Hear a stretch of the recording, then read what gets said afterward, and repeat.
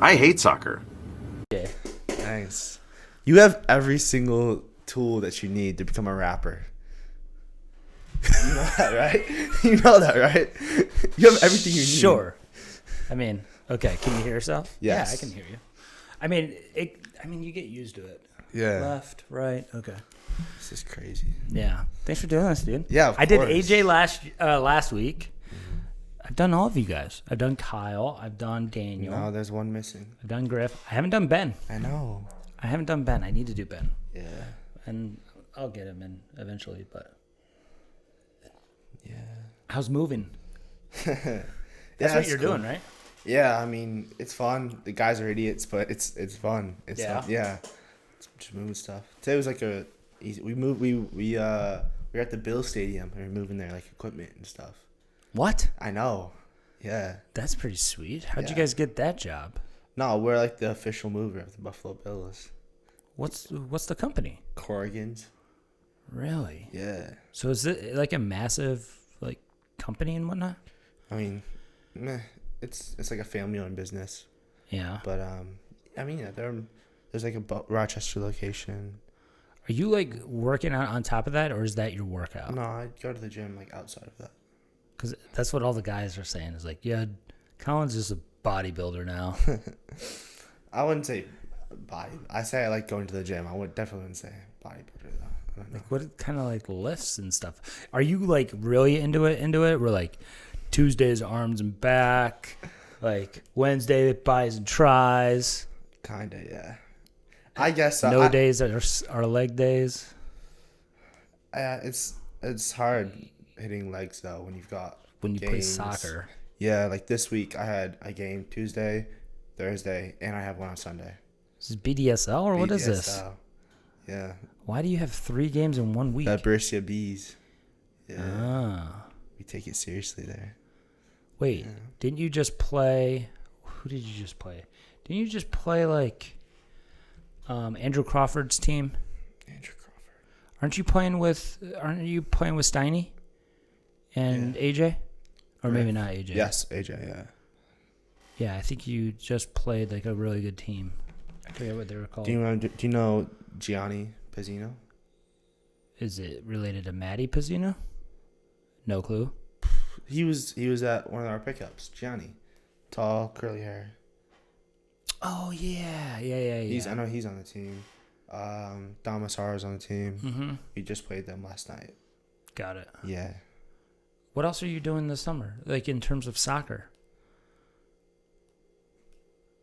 Just lifting, moving, the moving company, and bees. And the bees. Yep. I'm always gonna play like soccer in my basement, I guess. But yeah, that's it. No like other training. No like FC Buffalo or all that jazz Stallions. Nah. Did Ben even continue playing with the Stallions? I know he went to Hawaii with his family. Yeah. He's still with the Stallions. I feel like the Stallions should have done better than they did, to be honest. They have some quality players on there. Yeah. I mean, not Nate. What's his name? Lamandola. Sam. Yeah. I always get him mixed up with Nate. Yeah. But Sam's quality. He is. Yeah. When I think of like press resistant players, I think of Sam. Was Sam on your Flash team? Yes. My senior year, yes. But my junior year, he was also on, because he's like an 04, but he's also. Oh, was he trapped? Oh, he was a trapped player. Yeah. Okay. He was an 04? He is an 04. And he never played like RNY or anything like that with you guys. I think he was always Flash. I think. Always Flash. I think he. I don't know. I think I might have seen him at Empire practices here and there. I don't know. Maybe he was like a developmental. I don't know. To be honest. One of the reasons why I wanted to have you on is when you went from RNY to Flash and what you said. Like, remember when you made the switch, you were like, RNY is too strict in their style of play. Mm-hmm. And Flash was like too loose. And you're like, man, if there could just be a mix right smack dab in the middle, it would be perfect. Do you remember saying that? I do. I don't mean to put either of them down, though. They're No. both good They are. programs. Yeah. I'm going to have Rory on. That's going to be something. That's going to be something. Yeah, Rory's in. I'm going to watch every second of That's that. what Steinke says. Why does everybody say that? Are you guys friends now? We're cordial. Like, friendly? Yeah. We always were. I was never attacked. Nah. Dude, I was never. Stop it. So it all stems from when I went and watched you guys play at Toronto. Yeah, I remember that. Yeah. That's all it stems from. And I actually was late to your game because I got the time mixed up. Do you remember what you said? Yeah. I know exactly what I said. Do you want to say it or want me to say it?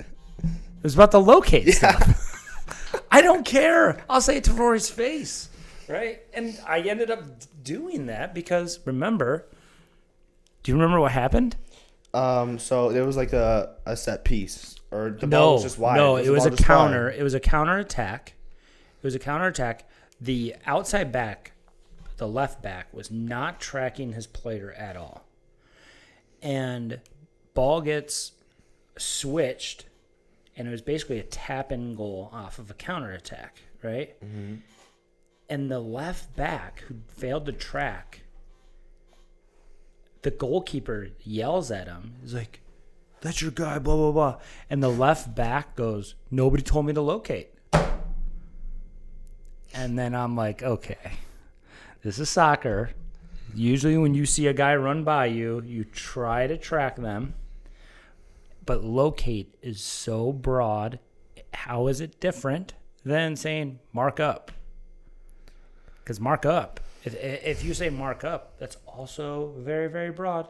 So then I took to Twitter and I said, basically that entire thing. I said that entire sequence.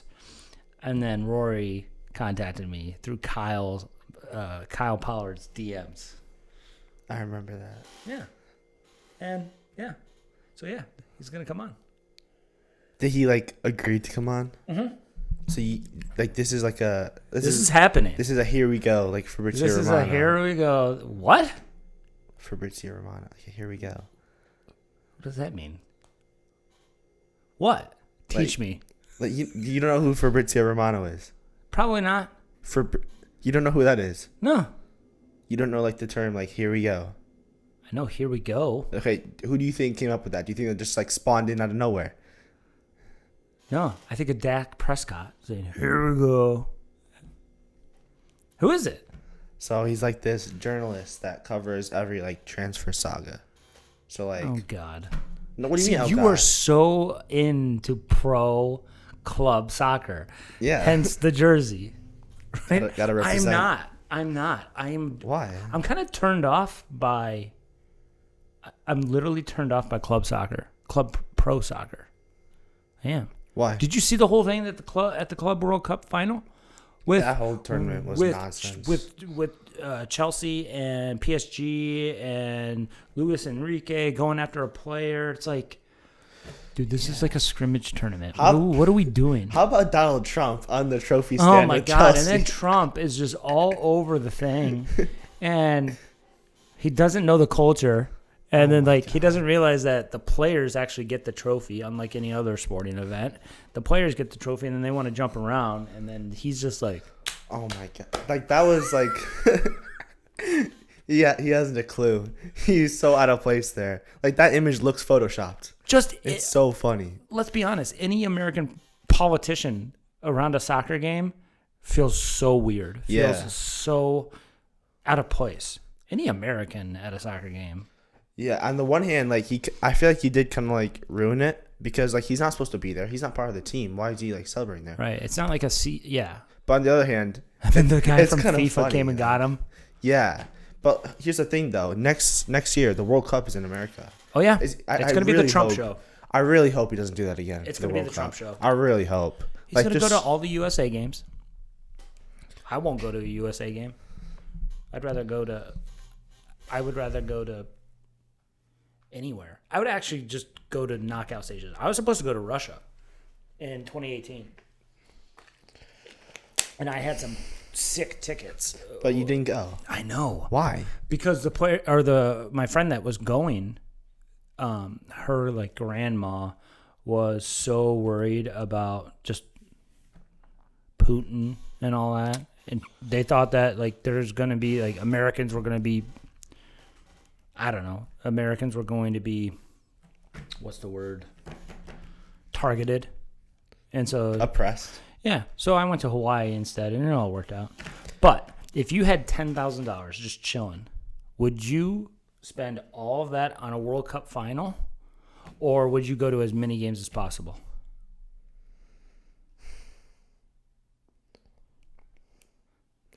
If I had $10,000, You probably wouldn't go to any games and just. I would try to select a game where like I can watch as many like high-profile players as possible. Like if I could watch like a Germany versus France or like a Spain versus One of the games Argentina. I think was one of the games that we ended up having tickets to in 2018 was France Brazil. like that's It was ridiculous. And then another one was like, I think it was Belgium England or something like that. And her and I were messaging back and forth. It was like, we would have been at this game. Can you imagine? But the tickets, I can't wait to see the ticket prices. Look at that ticket. That's from 1994 World Cup. It's $30. When? 1994. Me, my sister, and my parents went, and that was the first group stage game. USA versus Switzerland. Yep. And that was our first point in like 50 years of a World Cup. We tied it. It was in Detroit. It was in Detroit. Mm-hmm. It was at the Silverdome, indoors, and it was like a greenhouse effect. It was miserable. The World Cup game was in Detroit. Yeah. They Did America host it? Yeah, in 1994. I didn't know that. Oh, wow. Yeah. Who won it? Who won it that year? Was it Brazil? Okay. That was Baggio, the PK. The man who died standing. I remember that. I remember that. Yeah. Well, I don't remember that, but I've that watched was it. a little bit before your time. A little bit, yeah. Yeah, like 11 years. Yeah. But Crazy. yeah, I think next year, I don't know. I definitely want to make an effort to go to some games. Yeah. Or just be around. Like, if there was one team that I want to follow around, it would be Netherlands, because their fans are crazy. Do you remember them during the Euros? Doing that dance in the streets and stuff like that? When I think of crazy fans, I think of Iceland 2016. Yeah, with the Yeah. skull chant. That was something. The Vikings. Yeah. That was something. Yeah. I love international football. I love it. See, I'm more about international than club.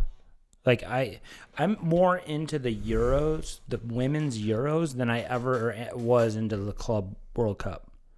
Yeah, I mean, I think that whole tournament was just woke nonsense. It made a lot of money, though. Did you see? Yeah, it makes more money than Champions League. That shouldn't be what football is about, though. It should. Stop saying football. You're born in America. Yeah, but I live with 3 foreigners, so I'm allowed to say. I'm allowed to say football. I have the pass. Okay, whatever. Yeah. That's how I was in college too, because I played with all English guys, and then I started talking like them, and I'm like, wait, I need to stop. Yeah, exactly. I use words like gaff now. Like gaff refers to like your home. Really? Like gaff is like a house. Gaff. Yeah, like my roommate will text me and be like, "Yo, are you at the gaff? Can you let me in?" And now that's part of my vocabulary. Oh my God, your poor parents. Yeah, I mean, they're used to you by now. I mean, well, gaffer, that's coach, right? Yes. Yeah. Do you call your coach gaffer? Where's he from? Honduras? Honduran? Guatemalan? Honduras, I think. Yeah. Yeah. And then the other 2 are in England. The other sorry. The other two are English? The other one is English, sorry. You only have one? You only have 2 coaches for both teams? One was a... Okay, so one was a GA, but he's not our GA anymore. But he's gone. He graduated and left? Or did you... Yeah. Or he got fired or something? No, I don't... Okay. I don't actually know what happened, but... Anyway, Probably it's his term was done. But go on. probably, yeah. And then, yeah, so the head coach, Austin, is from Honduras, and the assistant coach, Andy Bennett, is from England. He's an Everton fan. Oh, God. So So you we just get talk along about well. soccer all the time? Nah, not even, but Isn't that the derby? yeah. What is that? Yeah. Merseyside? That's not The Merseyside derby. Is it Merseyside? Yeah. Oh, my God. I can't believe I knew that. But think about it. When I was your age, we didn't have EPL on all the time. We could only watch the Champions League when I was your age. When I was like a sophomore in college, we could only really watch. We didn't have NBC or Peacock or USA covering all the EPL. We would only get Tuesday, Wednesday Champions League matches, and the Champions League final was like on a Wednesday. On a Wednesday? Yeah, that's how it used to be. And now it's obviously on a Saturday because they make it a bigger event. But Yeah. because they didn't want it to interfere with the regular schedule. Yeah. But now it's after the season and stuff like that. What would you say? What match do you remember, like, from your childhood, like, the most watching? The Istanbul. Yeah. 05. Yep. And I watched it after the fact. Really? Yes, because I was coaching at the time, and I had training, and I missed it, and I had to leave. I think I started watching it at like a bar with some coaches, but then I had to leave and go coach. And then that night, I had a co-ed game, and my buddy was like, dude, did you watch the final? And I was like, no, I couldn't watch it. And he's like, just letting you know, PKs. And I'm like, okay, whatever. Then I go back and I watch it, and it's 3-0 AC Milan. And I'm like, what's Brian talking about? There's no PKs. Sure enough, Yeah. bang, bang, bang in the That's second insane. half. And then that was the most insane game I've ever watched. And I watched it after the fact. I didn't know who won, luckily, but that is insane. That's but insane, the Steven yeah. Gerrard story is the best part about it. So years later, I'm at a coaching course or a coaching convention. I forget. I think I was at a coaching convention, and a guy that worked with the English national team at the time, he was like a sports psychologist, and he talked about Steven Gerrard at halftime of that game. Supposedly, the coach, who was, what is his name? Rafa Benitez. Yeah, Rafa Benitez didn't even address the team. Supposedly, here's the story. They're all going into the tunnel, down 3-0 at halftime. And the entire crowd is singing "You'll Never Walk Alone." And in the tunnel, they can hear it. And Steven Gerrard stopped the entire team and said, guys, if they believe, so should we. And supposedly, they turned right back around and went right out on the field, and they were ready. They didn't even need to listen to Benitez. That's supposedly what happened. Yeah, that's the most memorable game.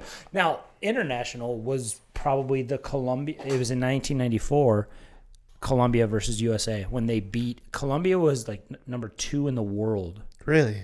Yeah. Who was playing for them? The previous, like Valderrama. Oh. The big curly Yeah, hair. Yeah. Rudy Cohn was the forward. Yeah. I think the year before, like in 92 or 93, they went undefeated. They did not lose a match the entire year. And back then they were playing like 22 games a year.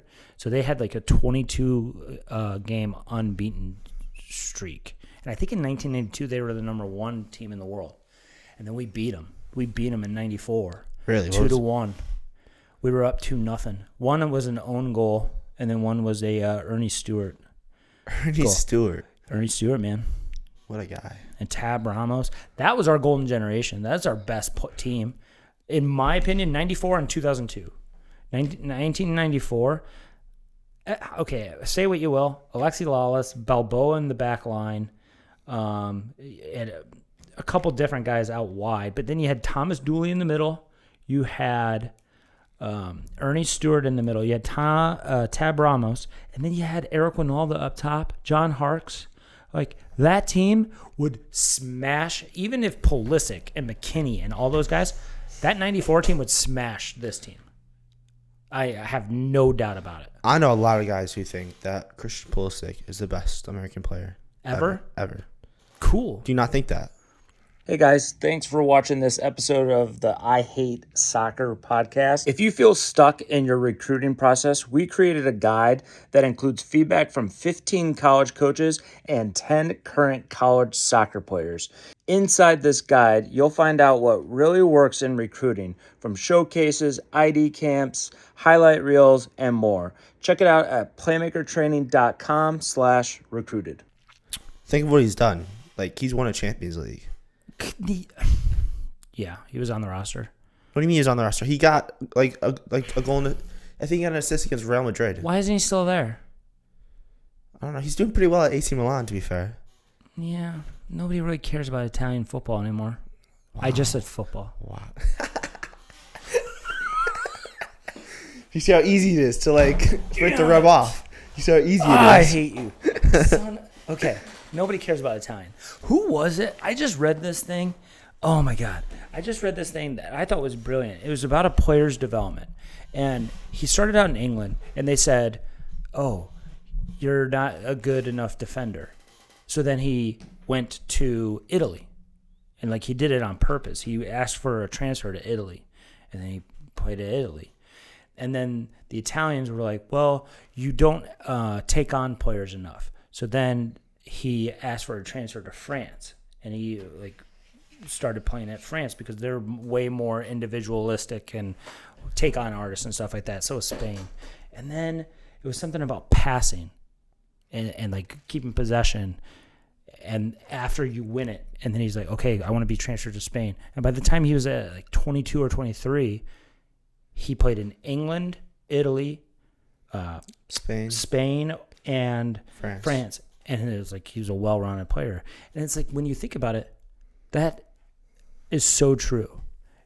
And, man, I wish I could, I don't know, think about developing players like that. Because I think that's a brilliant way to go about it. But Italy, is Italy even going to make the World Cup? Aren't they on the chopping block again? I wish we had to qualify for this next one. Because I don't know if we do. Even with all the guys. Even with Pulisic and all them. I think we have a decent team, to be fair. Think about it. We've got Anthony Robinson on the left, Dest on the right. We've got Zimmerman, who Zach Steffen in goal. We've got a midfield three of Musa, McKennie, Adams, Pulisic, Weah, Reyna. Reyna's not going to be starting. Okay, Aronson. Yeah. I don't know. I don't think Reyna. I mean, they're talking about Reyna maybe going to the MLS. Pepe. I like Pepe. I don't mind him. Who is it that I can't stand? Balogun? No. Balogun, the Monaco striker. It's not Balogun that I can't stand. There's somebody else. Everything's a flick and a trick. It's dude, we are not there. We're not there as a country. Who am I thinking of? Dest? No, I like Dest. I like Dest too. Is he a midfielder or striker? He's a striker up top. American striker up top. I like Pepe. I like Pepe. But I actually watched him play live. Yeah?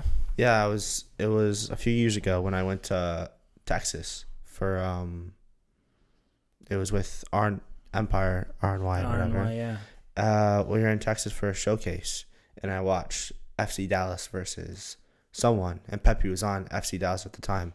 This is MLS, or is this Academy? You're mean? Not talking about Academy when he was in the Academy. No. I went to a professional you went to game. MLS game. Yeah, I went with Steiny's family.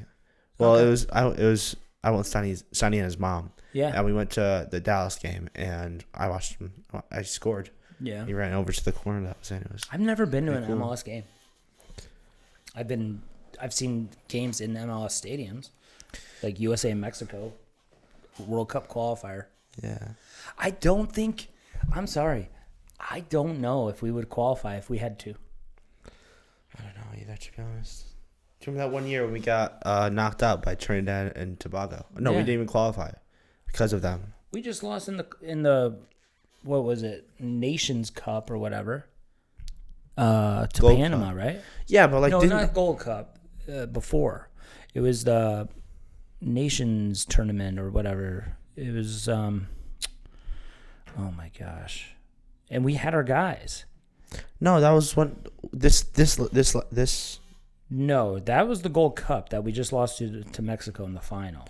Yeah. This is pre-Gold Cup. This is like right after Pochettino got hired. And he had all of his guys, and we play Panama and we lose. It's like... I do remember that. I think my roommates gave me some stick about that. I don't know if we're as good as people think. People keep on saying, "Oh, Gio Reyna this, Gio Reyna that, and this is our golden generation." Why? Just because we finally have guys in the Champions League? So does England every single year. Yeah, but England have actually gotten to finals. They got to the final in 2024. Right. They got semifinals, lost to France in 2022. Right. I think we're still so far behind, and people think I used to have a buddy who coaches right now in Chicago. He has an A license. He has all that. And he's coaching college as well. 10, 15 years ago, he's like, USA is going to win a World Cup someday. And I'm like, no, they're not. No, they're not. Nah, someday. Distance, far, like the far distant future. You don't think we can catch up? No, because everybody else is still going to get better too. It's not going to go like this. It's not going to go like, oh, we're going to catch them. They're not going to stop developing. They're still going to have the players that get out because they grew up with nothing. Yeah, but think about it. We have think of all the players in MLSNEXT, right? Or in MLS. I'm just thinking about Daniel and AJ listening to us and gonna have get a kick out of this. Nah, this is serious though. I remember you talking to Griffin about it. Like, there's Messi in America right now. There's Busquets in America right now. Jordi Alba in America right now. Yeah. And how old are they? It's not about how old they are. Over 30. It's not about how old they are. It's really good over 30. It's about how old their kids are. Yeah. Yeah. Do you think Messi's son is going to play for the United States, or do you think he's going to play for Argentina? Or Spain? Have you even thought about that? He was born in Spain. Now, you're Messi. Who would you want him to play for? The United States or Spain? If I'm Messi, I'd probably want my kid to play for whoever I played for. I'd probably want my son to play for Argentina. Argentina, yeah. Right. But I don't know I guess he's probably Argentinian and Spanish. Why is the dual citizenship? She's Argentinian, right? Isn't she? Yeah, yeah. So why wouldn't he play for Argentina? Well, he was born in Spain though, right? Oh, yeah, true. So he has that dual national. Nah, he'll play for Argentina, I think. I don't think there's any way he plays for Spain. Could you imagine if Messi ended up playing for Spain? There was a way that he could have taken Spain citizenship, but he didn't do it. Yeah. Because he wanted to represent Argentina like Maradona. Mm-hmm. Could you imagine that 2010? Oh, my God. Don't even get me started on that. Could you imagine that 2010 Spain with Messi? I think that 2010 World Cup is the first actual soccer I've ever watched. I remember Iniesta, Busquets, Xavi Alonso, Fabregas. That midfield was stacked. But don't forget about the back line, too. Puyol, Ramos. Where Sergio Ramos was actually the top-rated player in the entire World Cup, and he was a right back at the time because PK and Puyol were the center backs. That's a joke. That team was so good. It was ridiculous. Team was so good. And people don't talk about him enough, but do you remember David Villa? Yeah. What a player he was. What a player. Remember 2012? You sounded English there. Sorry. Remember 2012 when I think actually David Villa was gone at the time, and they didn't play with a striker. They played 4-6. What? Yeah, they didn't play with a striker in 2000. They won the 4 and then just a six, flat line of and 6. Then no, it was 3-3. It was a 4-2-4. 4-2-4. With nobody up top. Was it? I sort of sworn it was just a 4-3-3, but with Messi as a false 9. No. I'm talking Spain. Oh, sorry. Spain 2012. Sorry. Yeah, I'm talking Spain 2012 when they won the Euros with no forward. They didn't have a forward. It was insane. Was no Pedro? Nope. This is before him. Torres? This is kind of after his, or he was injured. I think he was injured that tournament. Isn't it crazy? Go back and look at it. There had to have been It's some nuts. striker on that team. They never. I think David Villa started, and then he got hurt in the knockout or in the group stage, and then they had to play no forwards. It was insane. There had to have been someone that had to. Yeah, maybe I can get my years crossed, but it was that team changed my perspective. That 08 to 2012. They won the Euros in 08, World Cup in 2010, and the Euros in 2012. Yeah, and there hasn't been anything like that. France almost had a chance, but it would have been, well, they lost the World Cup, right? Because didn't they win the Euros after? No, that was Portugal in 2016. Who? Okay, so then France won 18. Yep. Argentina 22. Who won the 2020 Euros? Italy. That's right. Italy is so weird. Going back to Spaghetti Italy. Mafia. Italy, like, they either win the tournament or don't qualify. So if they make the World Cup, they'll probably win it. Yeah. That was like, do you remember Chiesa, that tournament? Mm-hmm. What a player he was. Mm-hmm. The downfall is tragic, to be honest. Yeah, but it's a lot. It's like that with a lot of Italians. Balotelli. Yeah. What is it? What's his name? Cannavaro? I mean, he won a Ballon d'Or. It's hard to criticize him. Who? Cannavaro? Yeah. He won it in what? 05 or something? 06? I think it was 06. That was a really good team. Pirlo. Yeah, Gattuso. Mm-hmm. Oh, Gattuso. Yeah. That old asshole. Yeah. Wasn't there Inzaghi? Yeah. Or am I just saying Inzaghi? I don't know. Zambrotta or something? This is making me really excited for next year's World Cup. Yeah. And there's something like when it's in the Western Hemisphere, no team from the Eastern has ever won it. Did you see like a lot of the countries are like complaining about how it's gonna be like How too hot? Yeah. Okay, just move the games. Just move the games to nighttime. Who cares about the European time zone? Honestly, that's so soft. That's so soft. It is. It's pretty bad. Mm-hmm. And we just had to move Qatar to the winter. You want to play in the winter here? Sure. Oh. Let's schedule it for Buffalo, New York in November. Yeah, play at Flash Field. Jesus. Can you imagine the World Cup final? Did you see what team was it? What team was it that was like watching from the locker room? Did you see that? Yes, I did see that. It was like Chelsea. I think it was Chelsea. I don't remember. But the reserves watched the first half from inside the locker room at Soldier Field. Beyond soft. That's tragic. It's like that's why we are called foot fairies our entire life. That's why when you play other sports like AJ, you're called Pele. Because they don't respect any soccer players. Mm. And this makes it even worse. Yeah. God. We don't do ourselves any favors, do we? No, not really. Also, trying to draw a card. AJ and I talked about this. The dark arts. Yeah. Like, you're trying to draw a card just so that guy gets a yellow and then is cautious the rest of the game. But guys that don't know soccer, they think, he broke a leg again. Yeah. It's like, no, that's not what he's trying to do. He's not acting like he's hurt. Oh, you're going to love this. Literally yesterday, do you know who, you wouldn't know him. He played for RNY though. But what's his name? Jake Montgomery, something like that. Okay, Montgomery? Yeah, I think so. Okay. Do you know him or no? No. Okay, so he walked so we had a free kick on the edge of the box, and it was a pretty bad tackle. Jake, our center back, walked all the way up to the referee and said, hey, can we have a card there? And the ref was like, no. And he's like, ref, where are your yellow cards? So you know what she does? She goes in her pocket, takes out a yellow card, shows one to Jake. And then Jake goes, yeah, that's, are we allowed to swear in here? No. Yeah, I don't care. Well, I don't care. I'm not going to, okay. This isn't made for kids. Well, I don't know. I see a lot of clips on Instagram. I don't know if it's like PG or. Okay, if a kid sees a swear word on Instagram, maybe that kid shouldn't have an Instagram if the parent is that upset with them being exposed to swear words. Trust me, they've all heard it. And Instagram bleeps it out automatically anyway. Oh, cool. Okay. So, yeah. It's probably Jamie Boyer was the ref, probably. I don't know her name, but. Girl referee. Yeah. A pretty good girl referee.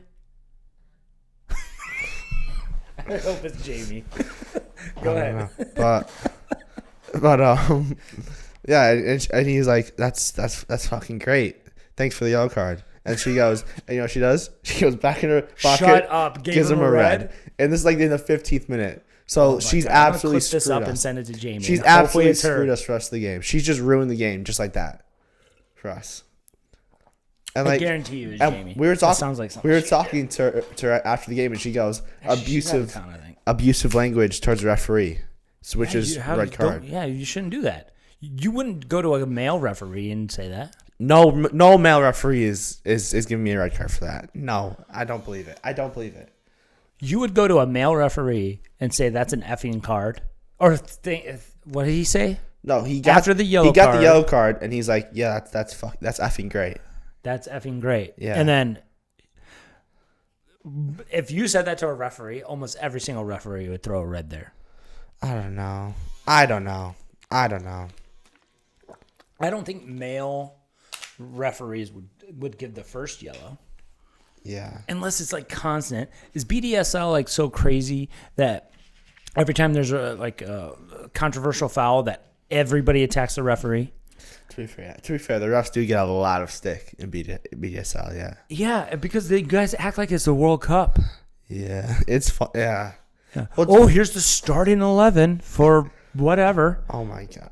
Yeah. And I sponsor this team, but here's the starting 11 for sharpshooters. It's like you sponsor them. Yeah, I know Trevor. How do you sponsor them? He asked me if I was interested in sponsoring. And I said, yeah. So what? But it's I Hate Soccer. There's PlayMaker Training on their jersey. There's PlayMaker Training on the patch, and it's the I Hate Soccer one. So it's like the logo.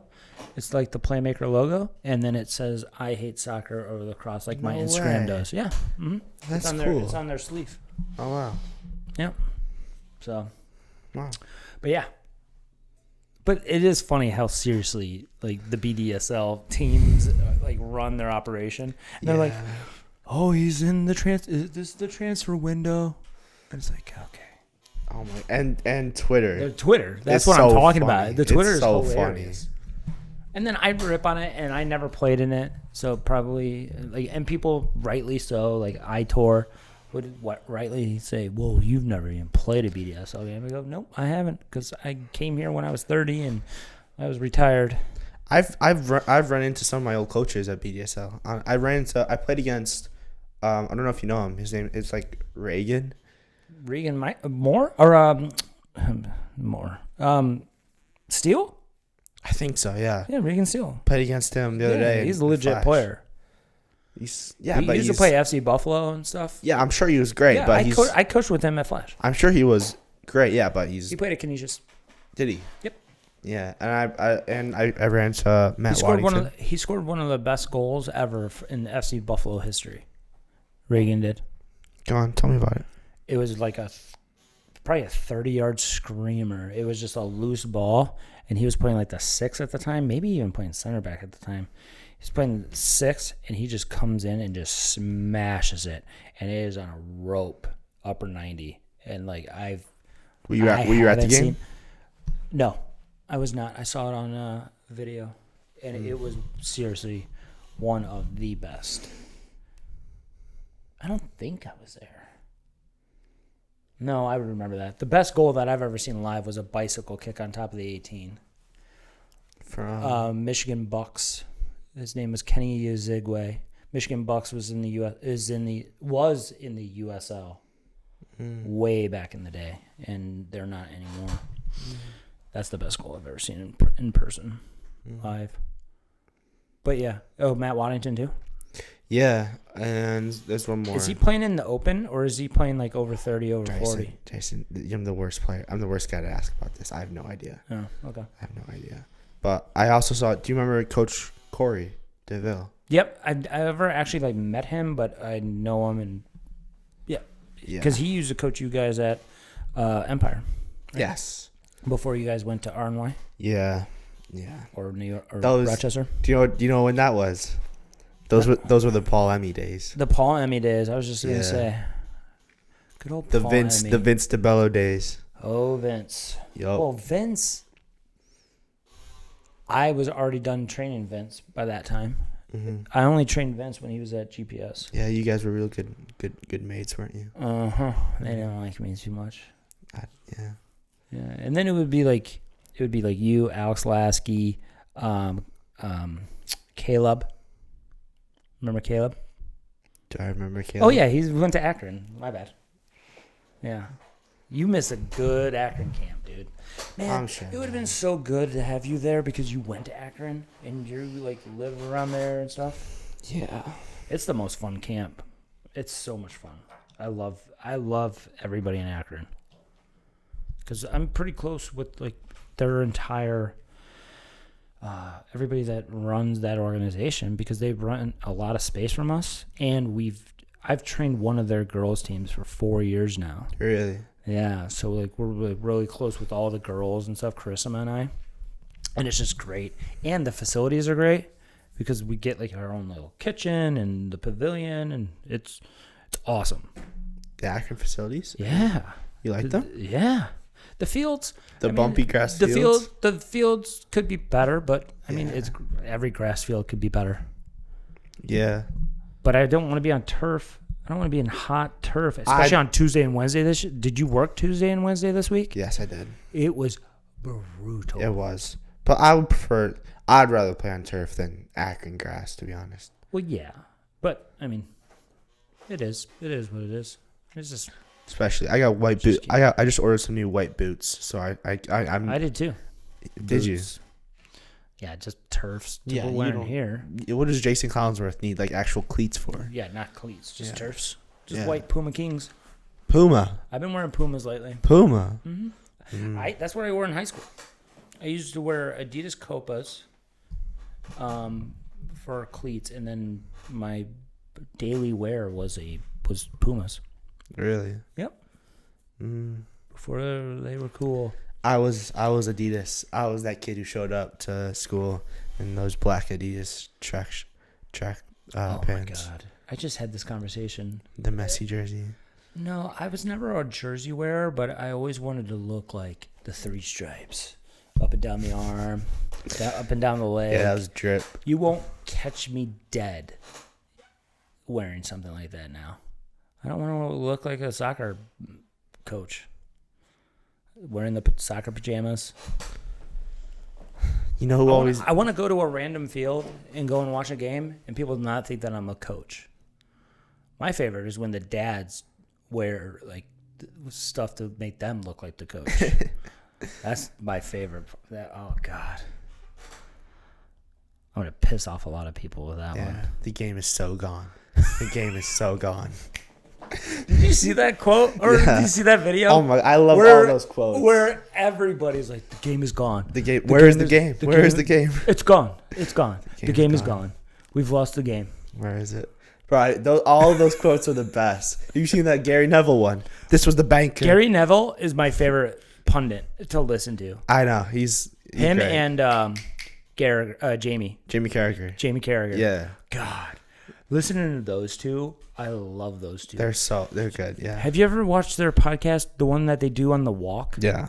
I would do a podcast like that if I had like a crew that could follow me around and stuff. It's just a little bit too much technology, not like my rapper stuff. I hope I got that on video when you said that. What? I have all the stuff to be a rapper. You do. Yeah. I would definitely buy your EP. My rap album. Yeah. What would the album cover be? It had to be that, right? The video of you coaching at the football field. Yeah. That'd be a sick album cover. Yeah.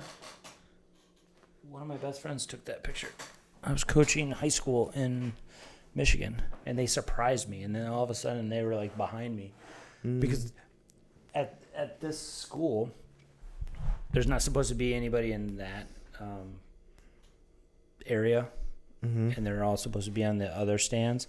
But then all of my friends, there's like 7 of them that came and watched the game, and they were just watching behind me. And then somebody came over the PA like, can the folks in the south stands please vacate the premises? They basically got kicked out of the game. Really? They were sitting where they were not supposed to. But he snapped that picture. So, yeah. Nice. Yeah. So. Wow. All right, you want to get into Mercyhurst? I don't know. I don't know. I'd prefer just talk about like Liverpool and stuff. I'd prefer. I mean, what are you going into, junior year? Yeah. You don't know what could happen, though. I mean, just go in with an open mind. I know what you're going through, because Griffin went all through that. Yeah, I'm not like upset or anything. I'm chilling. Yeah, just go about your business and be like, dude, I'm not here for soccer. I'm here to get an education, and just attack it like that. What's your major? Cybersecurity. Oh, you're the same as Griff. Yeah. Is Mercyhurst a really good school for that? Yeah. Yeah. And then next year, you'll probably have, hopefully, like an internship. Maybe like what he's doing. Yeah, I don't know. I want to make money, though. You want to make money next year? Like in the summer.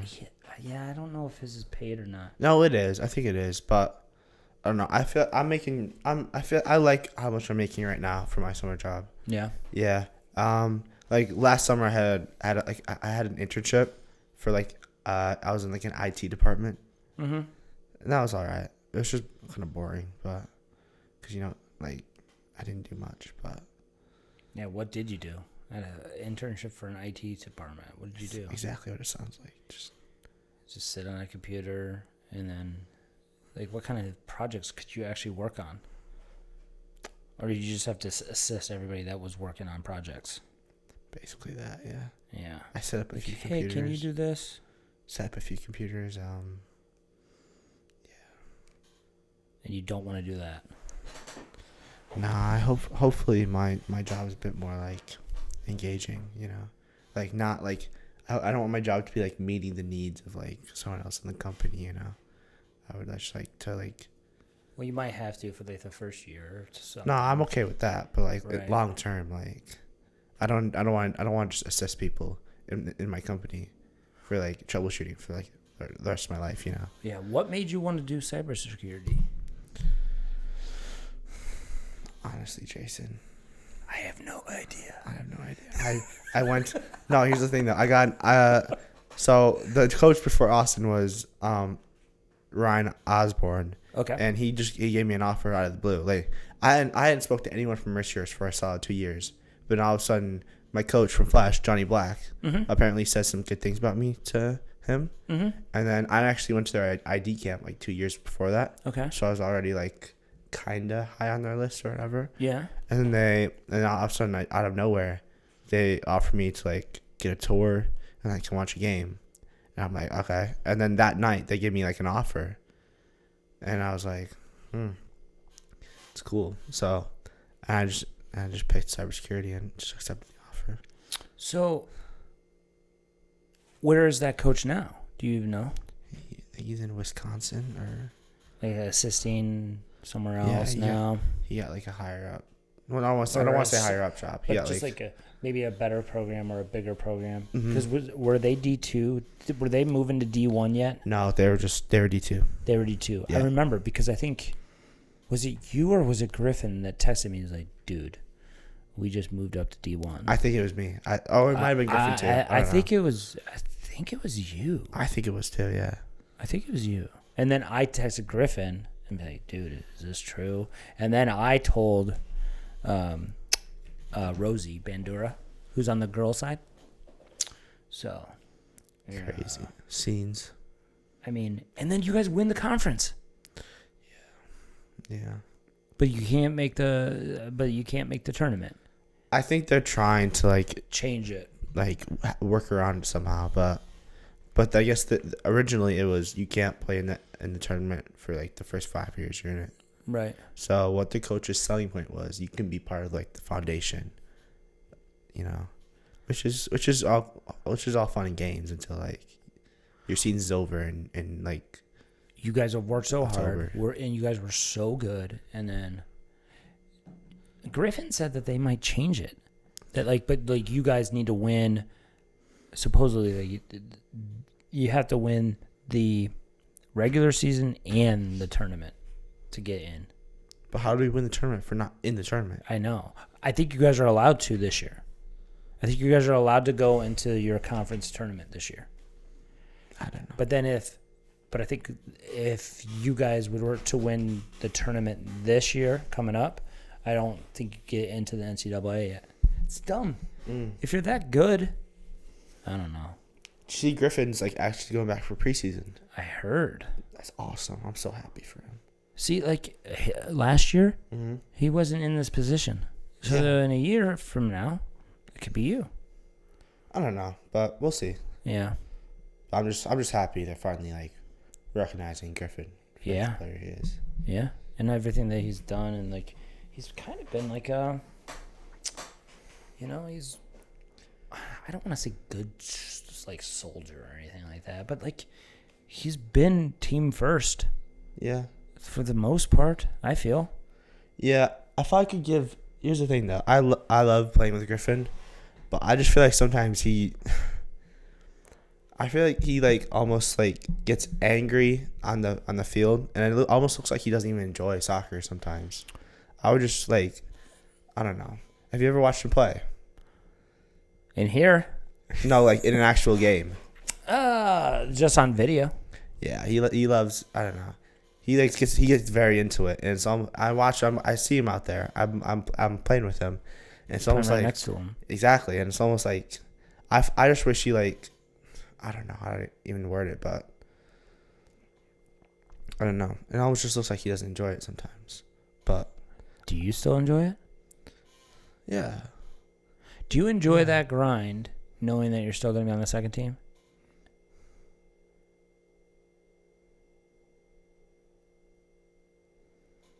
Yeah, it's tough. I do. Because here's the thing, though. Even when we won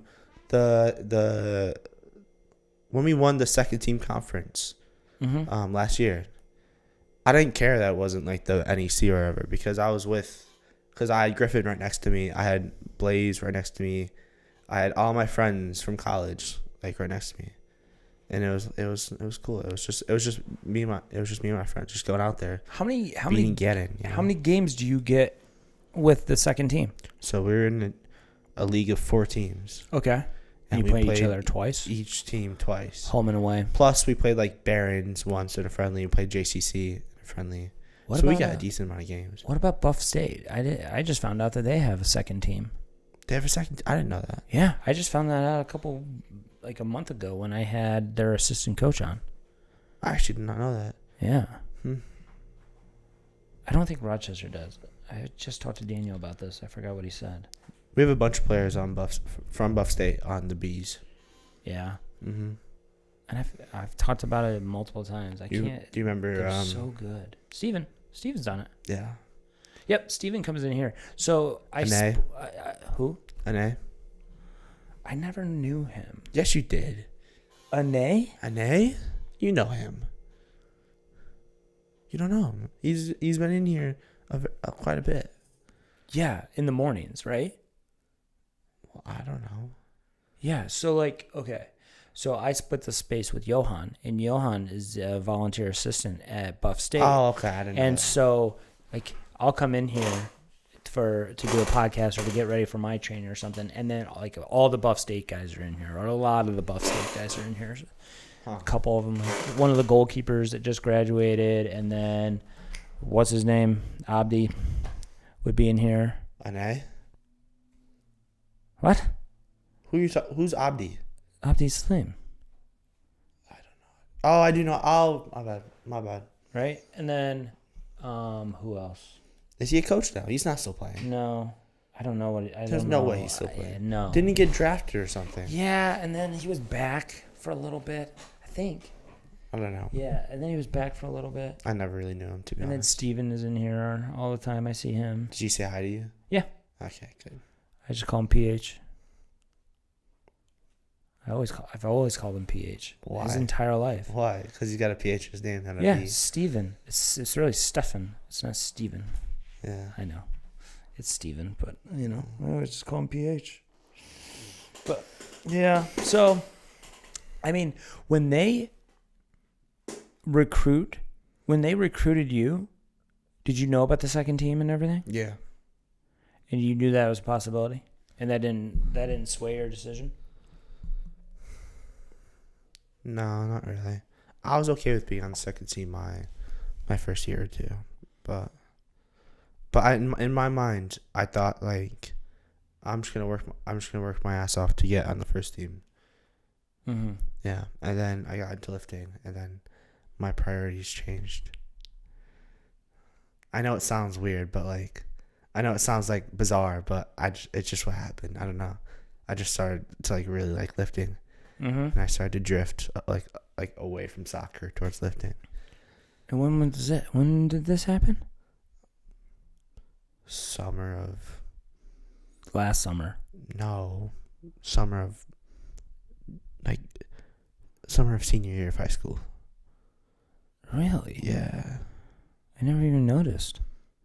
Thanks, Jason. No, that's not Thanks, what Jason. I'm saying. Jerk. No, that's not what I'm saying. I did actually. When you came home your freshman year, I noticed for sure.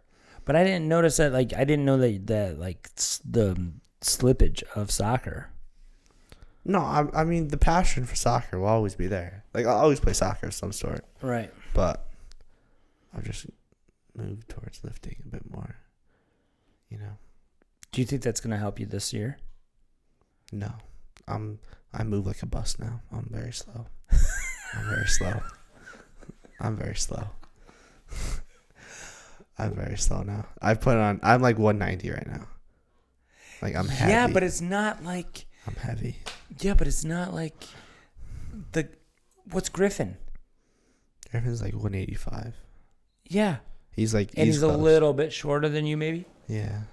A little bit shorter. Just a little, yeah. I mean, he's quicker than me though.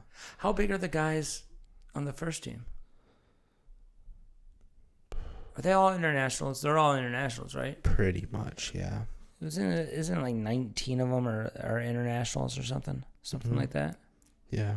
I remember your story last time I saw you in the winter. I don't know if I want that on social media. So I don't know if I want that out there. That was so funny though. I don't know. The way that you did it, that was so funny. I don't want to be portrayed like as like a hateful person. So I don't want to. It wasn't hateful. It was funny.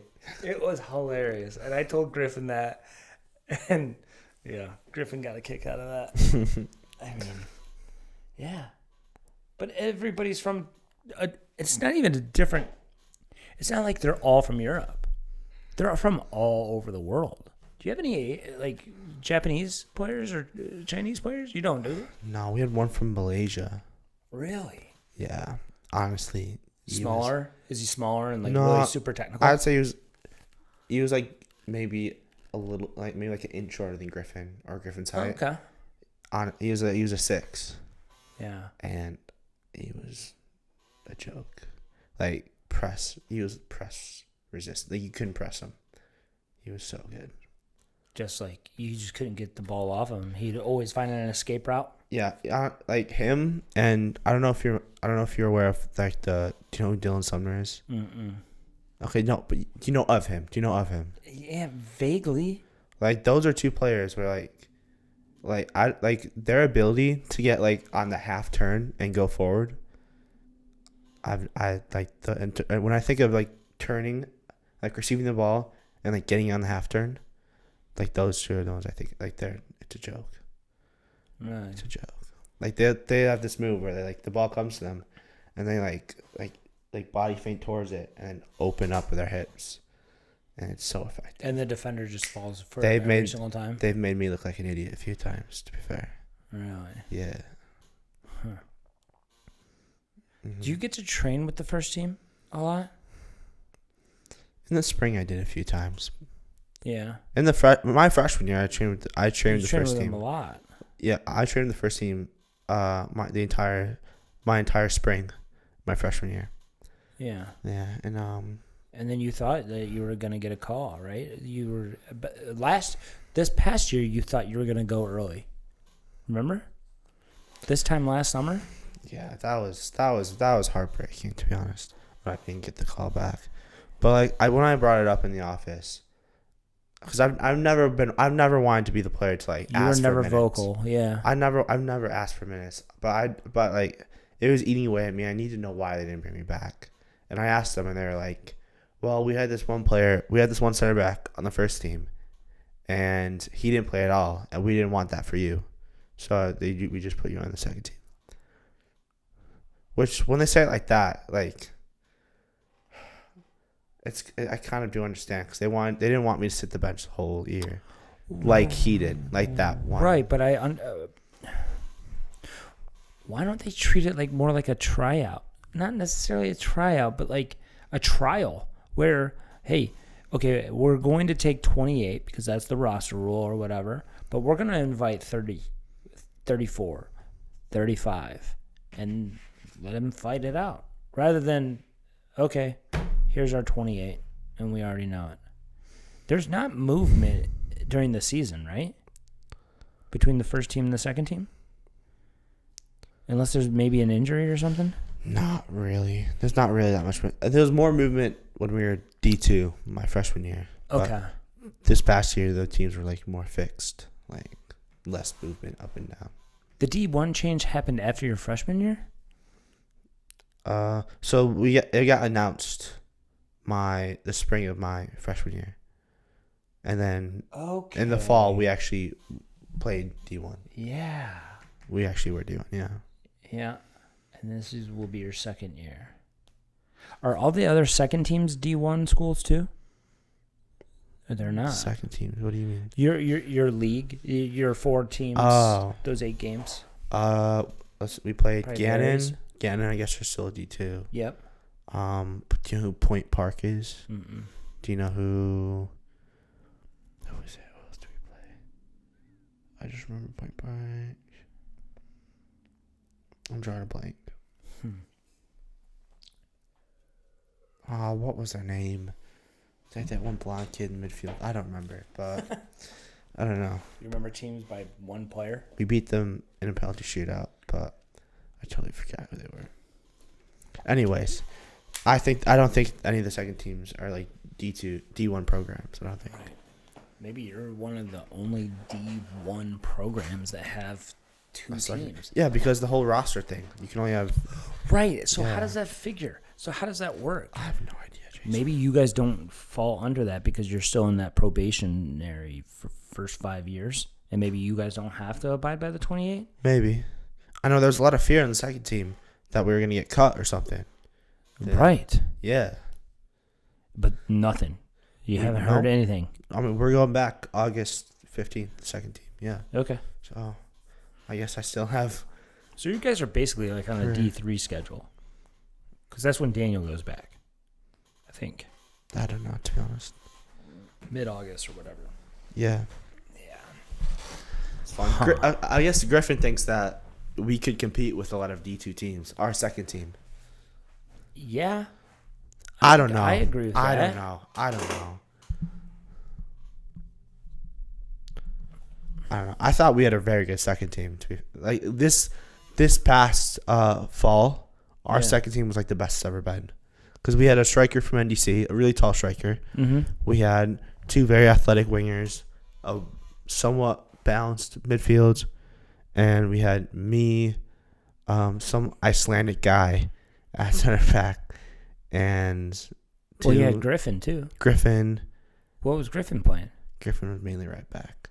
We had another guy from Virginia who was like 6'5", center back. And we had a left back from Pennsylvania. And you played primarily center back. Yeah. How was that transition? Because you were never center back growing up. No. Honestly. You were an outside mid. No, I wasn't. I was center mid. I was like a Kimmich. I could play center back. Yeah, but what were you at RNY? Outside back? Outside mid? Outside back or center mid. You were? They don't play outside mid. Oh, that's true with the box. Yeah, box that's right. midfield. Yeah. Yeah. I don't know. But yeah, and then the thing is though, moving from center mid where you receive the ball and you have to play quickly, or you always have a man on you, going to center back where you actually have time on the ball, it's actually kind of nice, like in terms of in possession. But then you go to defending and you have so much more responsibility defensively. Yeah. So like on the ball is kind of nice because you have more time on the ball. But here's the thing: if you're on the ball if you mess up at center back on the ball, You could give up a goal. yeah, it's screwed. Like if you mess up as a center mid, you have players behind you who can bail you out. Mm-hmm. Center back, you're on your own. What do you credit your versatility to? Like, think about it. You just listed off 3 different positions: outside back, center mid, and now center back at the college level. Mm-hmm. It's got to be your technical skill. I don't know. You don't have your speed anymore, so it's not that. Thanks, Jason. Hey, you I did say it. You're right. I did. I don't know. I just see you in here. It started Same with, as always. honestly, it started with Tanky, you know. Yeah. It was U15 year, and he sat me down. He said, "Look, we have a lot of midfielders and a lot of quality midfielders as well. The best thing," he said to me, "the best thing you can do in your situation right now is try to like be more versatile. If you're more versatile, I can get you more minutes." And I was like, "Yeah, 100%. I don't really care." That's where when you I play. kicked out to outside Yeah, back. yeah, and I spent like a whole year trying to better my left foot because I was gonna try to make myself able to play left back. Because at that time, Paul was gone. Paul was there U15. Paul was still there? U15, yeah. That was Paul's last year, probably. Then. Yeah.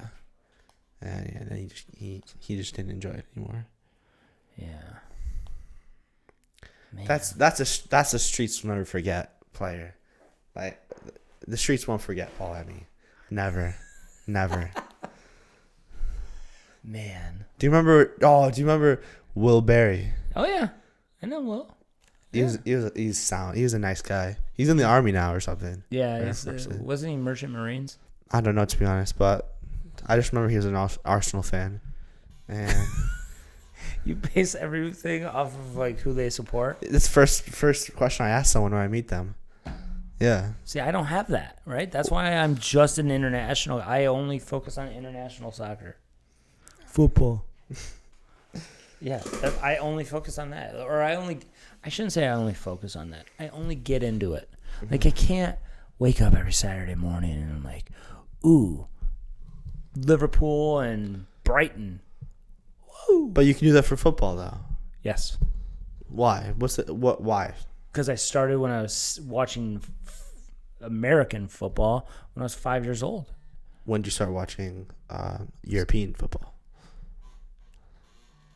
I was 10. It was 1994. I was 9. So I had already had like 4 or 5 years of NFL, like being all in on Kansas City. Like that was. What is that? Is that your phone? Is it? Maybe. Is it? Oh, potential spam. I've been getting so many of those lately. So have I. Why? Oh my God! Why? It's something going on in Buffalo. Like, Is there? yeah, like something's going on in Buffalo where everybody's complaining about it. I just searched a number. I get out of camp on Monday and I have 8 missed calls from one number, and then I Google it and it's like, this is spam. It's a robocall. When you call it, it goes to, this is Verizon Wireless and it is disconnected. Yeah, it's crazy. Something in Buffalo is going nuts. Yeah, it's outrageous. Yeah. It can't go on like this, can it? It can. But yeah, soccer, we couldn't watch soccer like we do. We did not watch soccer growing up. We didn't. We had the World Cup. Shut up. Do you know what you just did or no? No, I don't. You don't know what you just did? No. Griffin's gonna love that one. Griffin's gonna love that one. Oh, what's that from? You'll see. You'll see. Oh, when Griffin watches this? Griffin's gonna love that one. Okay. Yeah. Whatever. But I think he said that to me once too. What? It can't go on like this. Yeah. But then what's supposed to be said next? I'm gonna send you an Instagram reel later, and you'll understand. God, I can't wait. You know those football quotes. This must be an indoor. This must be or indoor. It must be an inside joke. Not really. Or a team thing.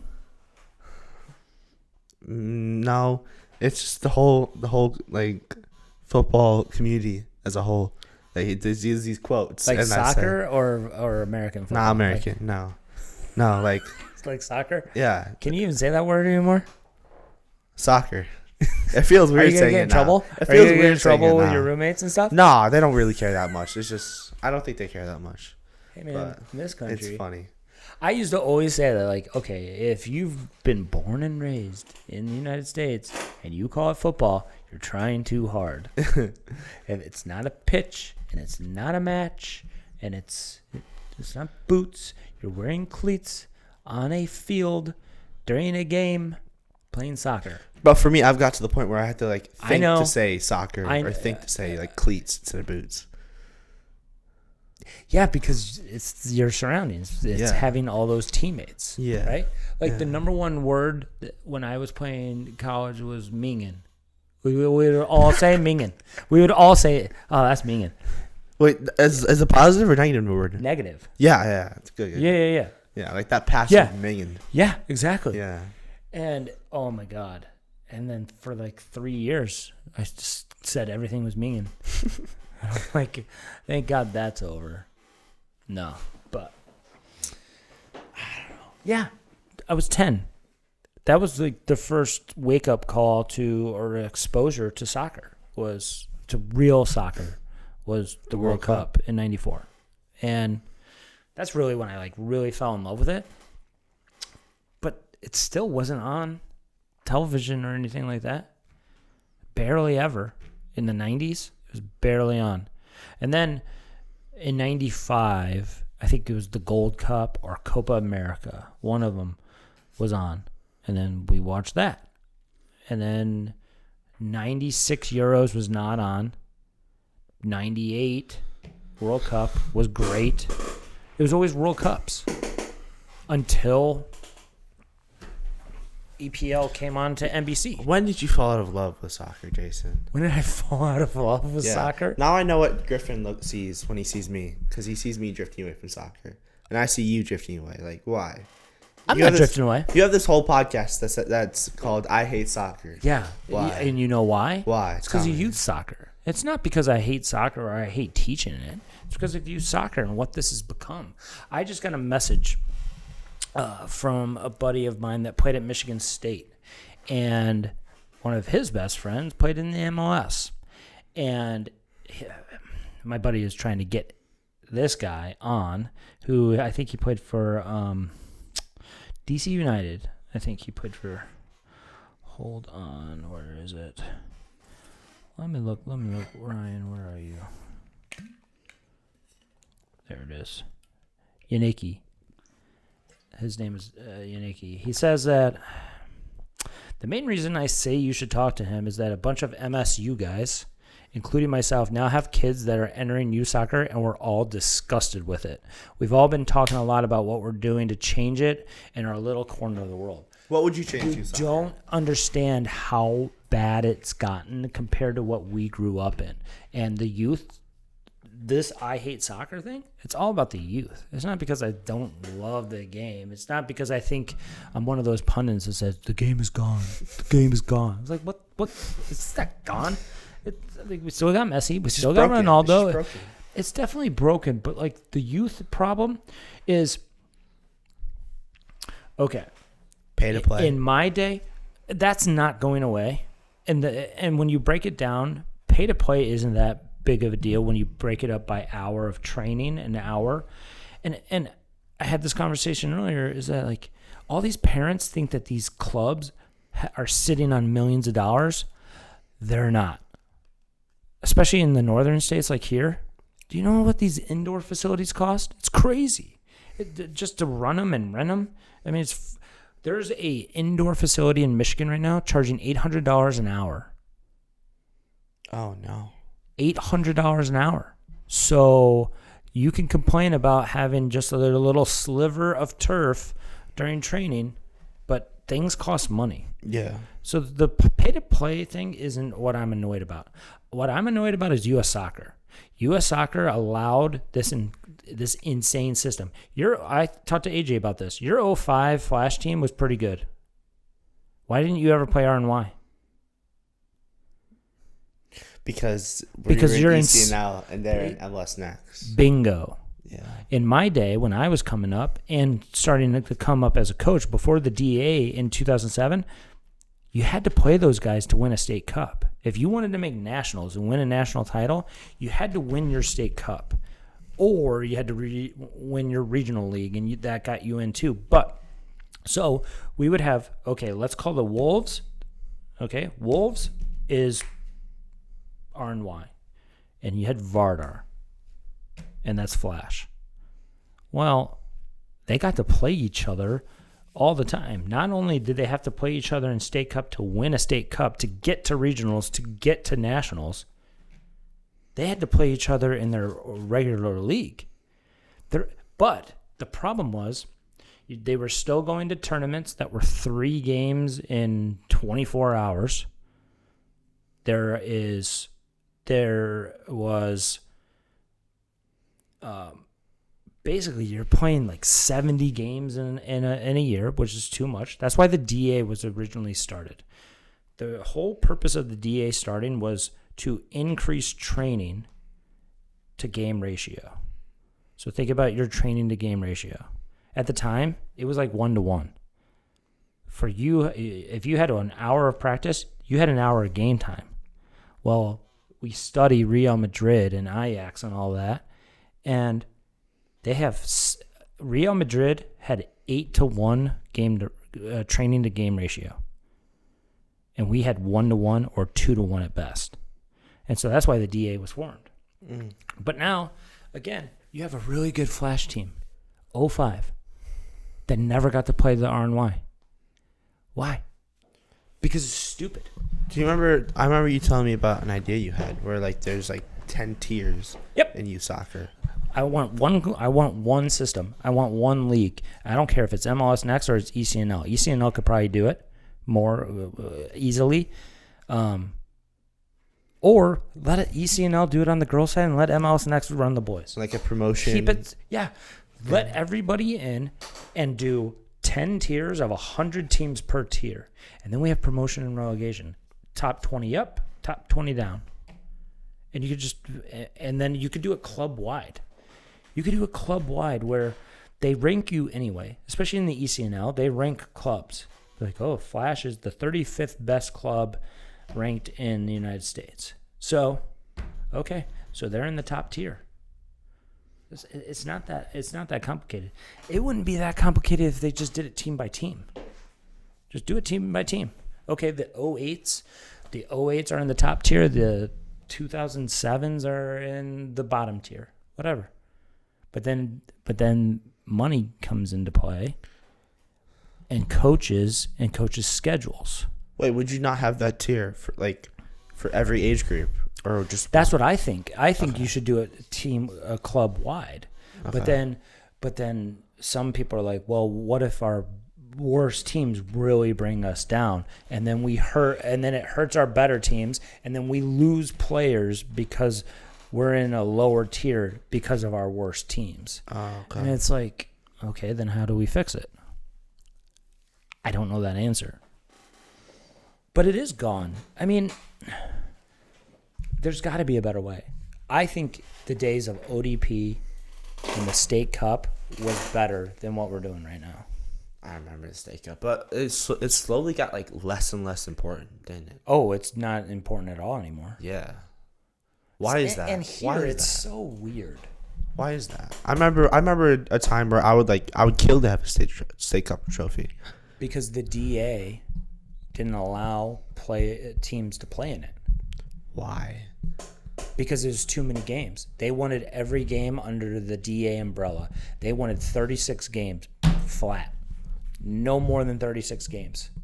No more playing in your league, then playing 5 tournaments, then playing State Cup, and then you're playing 100 games, but you only get 40 practices. Or 80 practices for your 100 games. Oh, and then you're playing indoor soccer. And then you're playing, more and more and more. So U.S. Soccer believed that, what we were doing wasn't good enough. And that was primarily because of the men's side. And then they neglected the girls' side. They're like, in 07, they're like, we're going to start the DEA to fix our boys. Well, what about the girls? Oh no, our girls are the top in the world. They don't need anything. And then that spawned in 2009. That spawned the ECNL, and now we have this fraction. Good job, U.S. Soccer. Game's gone. The game's gone. Game is so gone. The game is too gone. Where is it? It's gone. Can't find it. I mean, I hate it. It sucks. And, like, I think, and going back to the pay-to-play thing, I just had a parent in here. I saw that one, I think. Yeah. No, not in here. It wasn't a podcast. Who's that? I was just talking to a parent, and they said that if they put all 3 kids in Flash, it would be near $20,000. If they put all 3 kids in Flash. Dios mío. That's a lot. $20K. That could buy, I mean, what kind of trip could you go on for boat? How many World Cup games could you go to next year with $20K? Decent amount, probably. Go to every game. No, not every. No, you could go to every game at a certain stadium and have premium seats and have a heck of a living situation. That would be a heck of an Airbnb. Yeah. For that month. Yeah. Yeah. Yeah. So that's why. You know, that's when I fell in love with it, Colin.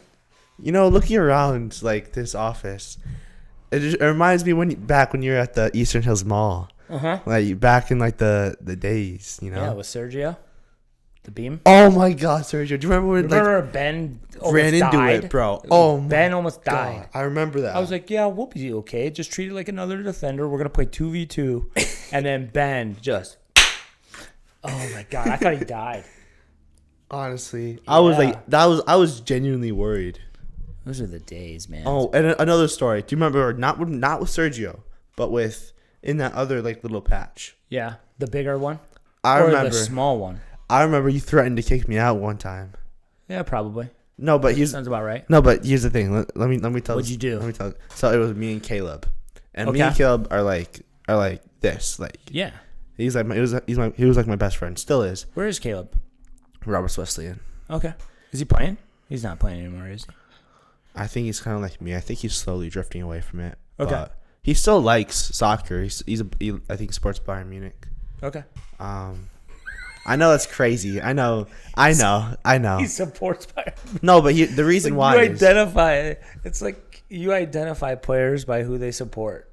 Yeah. Like, but that's what you should do with all incoming freshmen. Be like, who do you support? And then be like, New York Red Bulls. And you'd be like, leave. Just or let's say Arsenal. I'll just like go. Leave. Absolutely. Yeah. I can't stand Arsenal fans. But go on. Sorry. So it was a drill. So where I think you'd pass. We'd be in the infield. You're talking about the biggest like the space. pitching plate. Or the smallest, like old school. Like the old like school. Where yes. like me, you, and Alex had that picture taken. Yes, where we first started yeah. in the trenches, yeah. Oh my God, this is 2015. Yeah. Okay. Yeah, and it's 10 years ago now, dude. So I would like pass to, so one person would pass to this person, and they would try to dribble through a gate, and the other person would try to catch up to them and tackle them. Oh yeah. Oh my God, I haven't done that in a while. I know. I need to do that drill again. I know. We didn't do that at camp. And me and Caleb just started slide tackling each other. Oh yeah. I think I have that on video somewhere. No way. Because I think Lasky and Vince were there too. Nope. It was just just you and Caleb. It was just me and Caleb. And Caleb tackled me. I think he actually got the ball.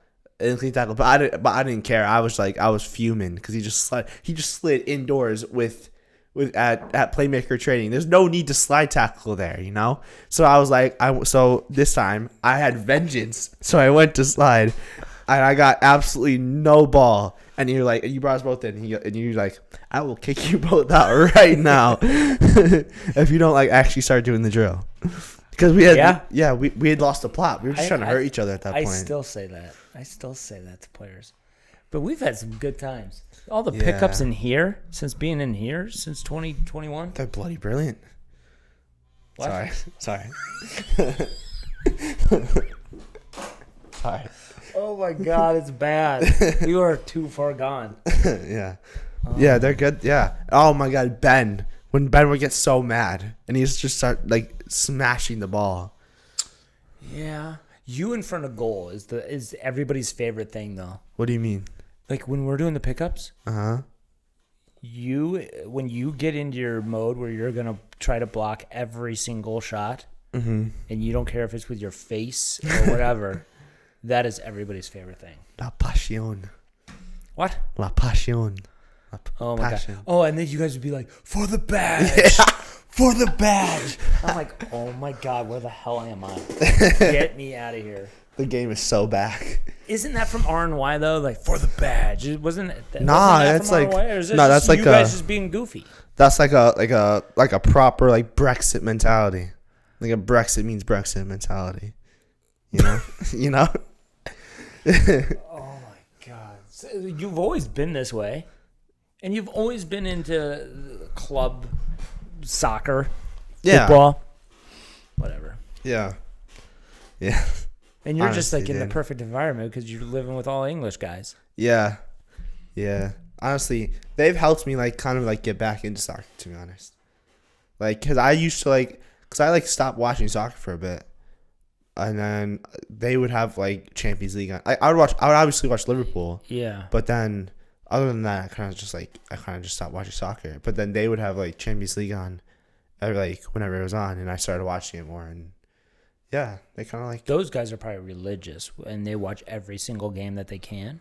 Because where Yeah. they come from, they can't watch every single game. Yeah, my one roommate is actually also a Liverpool fan, Yeah. and he's actually been a Liverpool fan for longer than I have because He's probably from Liverpool. no, he's from Ireland, Oh. but his dad was a Liverpool fan, so he Yeah, kind of and like that's usually how it goes. Yeah. Yeah, I'm like the first like Generation of soccer Liverpool fan in my family. Neither of your parents played, did they? No, No, right. no, I love my parents so much, but there's not an athletic bone in their body. There's not. Do you want me to cut this out? Nah, it's okay. It's okay. Yeah, well, that's another part of the issue in this country is we're still so young. Going back to we'll win a World Cup someday. Yeah, when everybody's fifth generation soccer players, but we're going to be playing against seventh and eighth and ninth generation. That's what we're doing. That's what we're dealing with right now. Think about, okay, why is everybody saying that this is our golden generation? Well, it's because Pulisic's dad played professionally and coached professionally. And we have actually like a lot of players in the Champions League. Reyna's dad professionally. Yeah. Weah, dad professionally, right? Mm-hmm. But, I mean, even going back to Michael Bradley, say what you want about Michael Bradley, but for a while, Michael Bradley was our best player. What a player Michael Bradley was. What I a love player. Michael Bradley. Toronto FC legend. He'll be the national team coach someday. Yeah, Bet. hopefully. What about like Clint Dempsey, Landon Donovan? I think they'll ever manage. Or at least like Landon MLS. already did in the NWSL or in the USL Super League on the women's side. How'd that go? He didn't last. He's too focused on his podcast. Yeah. Just like me. Just kidding. But, no, I hate soccer with Jason Collinsworth. Yep. I hate Exactly. soccer. Exactly. I see when the topic comes up of like who's the best ever of the United States. I don't even think of Clint or Landon, let alone Pulisic or Gio or any of these guys. Tim Howard. No. Yes. He's not even the best goalkeeper in the United States Nah, history. behave. Nah. Who is better than Tim Howard? Brad Friedel. I never watched him play. Come on. Brad Friedel, by far. Go look at his English Premier League stats versus Tim Howard. Tim Howard literally have like a record in the World Cup of most saves made? That's not a good thing. That's how bad the team was. Yeah, but that's how good he was as a goalkeeper. He isn't actually that in goalkeeper spaces. He's not that. He has good. a goal in the Prem. You know that, right? Yeah. Yeah. Yeah. So does Hart. Joe Hart. Yeah, but we're talking Americans here. Oh, okay. Yeah. But I mean, no. I would say I would put Brad Friedel above him. Some would put Casey Keller. No, I can't stand Who? Casey Keller. Casey Keller, he was our 98, and he was the backup in 2002. And then he was the starter again in 06. Was Brad Friedel after or before Casey? In between. I think it went Casey, Brad, then Casey again in 06. Oh, really? Or maybe it was Tim Howard in 06. I forget who was in 06. I just think Tim Howard did it for so long. I remember him. So did Brad Friedel. Brad Friedel played until he was 40 in the EPL. He played for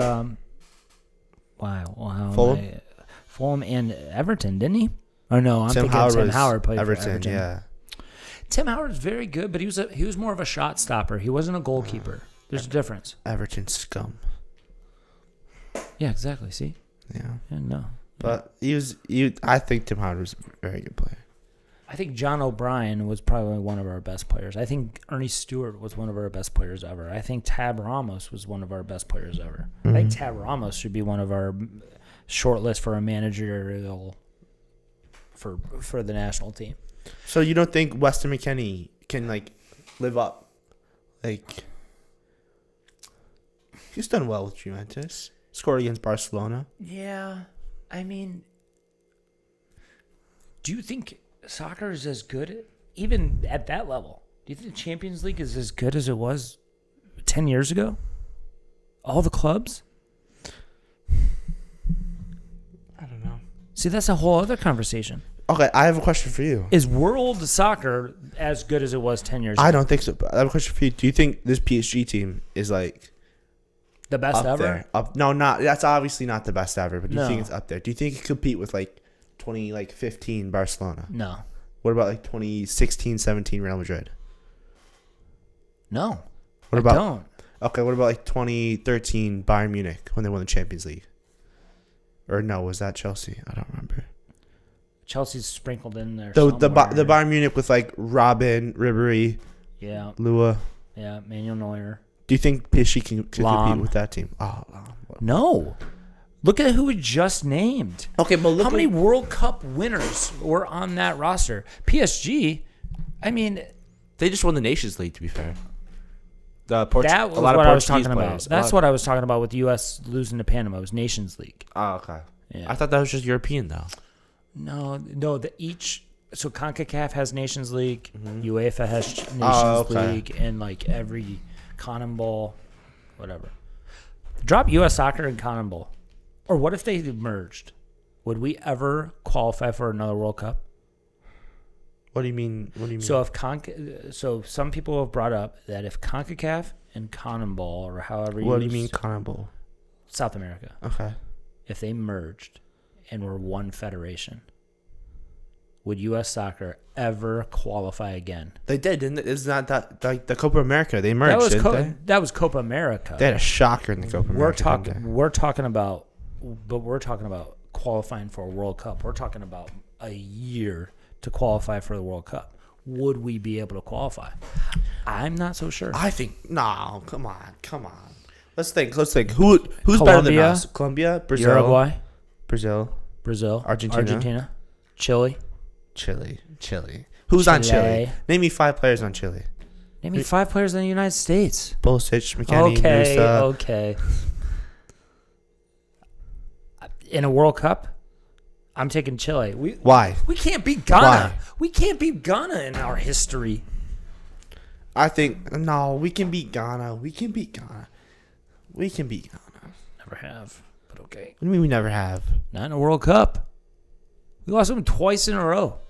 Didn't we get to the quarters in 2014? No, that was 2002. No. What stage did USA get knocked out in 2014? I swear we got second round. We've never gotten past the second round except in 2002. The second we made the quarterfinals. So you get out of your group and then we lose in the second round. That's success in for the 2014. United States. Yes, and then 2018 we didn't qualify. Right. And then 2022 we also 2022. Sorry, 2018 we got to the second round. 2022. Mm-hmm. No, 2018 we didn't. We weren't in it. 2022 we got knocked out by Netherlands. Correct. Yeah. Second round. Sorry, I'm getting my years mixed up. I'm getting old. We've never made it past the second round. In the 94, we made it to the second round. 2002, we made it to the quarterfinals. 2006, we made it to the second round, and we lost to Ghana. 2010, we got to the second round, and I believe we lost to Ghana again. 2014 was that Tim Howard game when we lost to Belgium, 1-0, and he had 22 saves. That was the second round. And then 2018, we didn't qualify. 2022, we lost to the Netherlands. Yeah, we've only made one quarterfinal, and that was before you were born. I guess not counting 1950 or whatever that year was. Nah, we made the semifinal, but it was only like 8 teams. Yeah, we're not counting the Stone Ages. So I don't mean to be pessimistic, but like I don't know who are we gonna get our national team players from, ECNL or MLS NEXT. You know what? Our best player right now, Pulisic, probably. Yeah. He didn't even like. No. Didn't he live in England for like forever? He moved to Germany when he was 16. Yeah. He actually played for Michigan Rush for a year in 2011. Mm-hmm. One of my mentors coached him. But he played up. He was 11 and he was playing like U14 and just dicing kids, killing kids. But then he moved home and he didn't even play for the top team. He didn't play for FC Delco. He played for Penn Fusion, I believe. And everybody's like, why aren't you going to FC Delco? Blah, blah, blah, because that was like the biggest team in Pennsylvania at the time. And now it's Philadelphia Union. But do you see what Philadelphia Union just did? Somehow they're the first MLS club to have everything under one roof. Dude, MLS is 30 years old. How? Why? Why is it taking 30 years? Yeah, we'll win a World Cup. Our first academy finally has everything under one. It's like people don't realize how far behind we really are. Also, you know what? Talk to your English teammates. Did any of them come up under big like clubs ever? Or play for big clubs? So one went on trial at a few clubs, but do you know? I think he came up at like a National League team. Do you know what National League is? No. It's like the league. So there's in England there's the Premier League, Championship, League 1, League 2. Right. And then it gets to like National League. Okay. I think he came up through a team like there. Isn't that what like Wrexham's in? No, Wrexham's actually in like League 1 now or something. Yeah, they're like climbing up. They're going to be in the Premier in the next 10 years. I bet you they're going to be in the Premier League. But notice how everything's under the FA. Everything in Europe is under the FA. Yeah. Not everything here is under U.S. Soccer. MLSNEXT isn't. They do whatever they want. ECNL isn't. They do whatever they want. U.S. Soccer was founded in 1913. They didn't start their own youth league until 2007. They've avoided it. They've avoided youth soccer all this time. We're doomed, dude. We're never winning a World Cup. Not even here. But I wonder if somebody I don't know who's going to win it. I think it's guaranteed that a warm climate country is going to win it. Like Brazil. Because everybody's too soft. Everybody in Europe's too soft. I don't know. I can see Morocco winning it. What? They were in the semifinal last time. Don't forget. Mm-hmm. In Qatar. To be fair. Why? They got a few players. Why? They were used to the heat. It was still hot in Qatar during December. How about Ashraf Hakimi, by the way? Yeah. What a player. Thanks for coming in. We did an hour and 40, but we were talking all an hour and 40 minutes, dude. Oh, wow.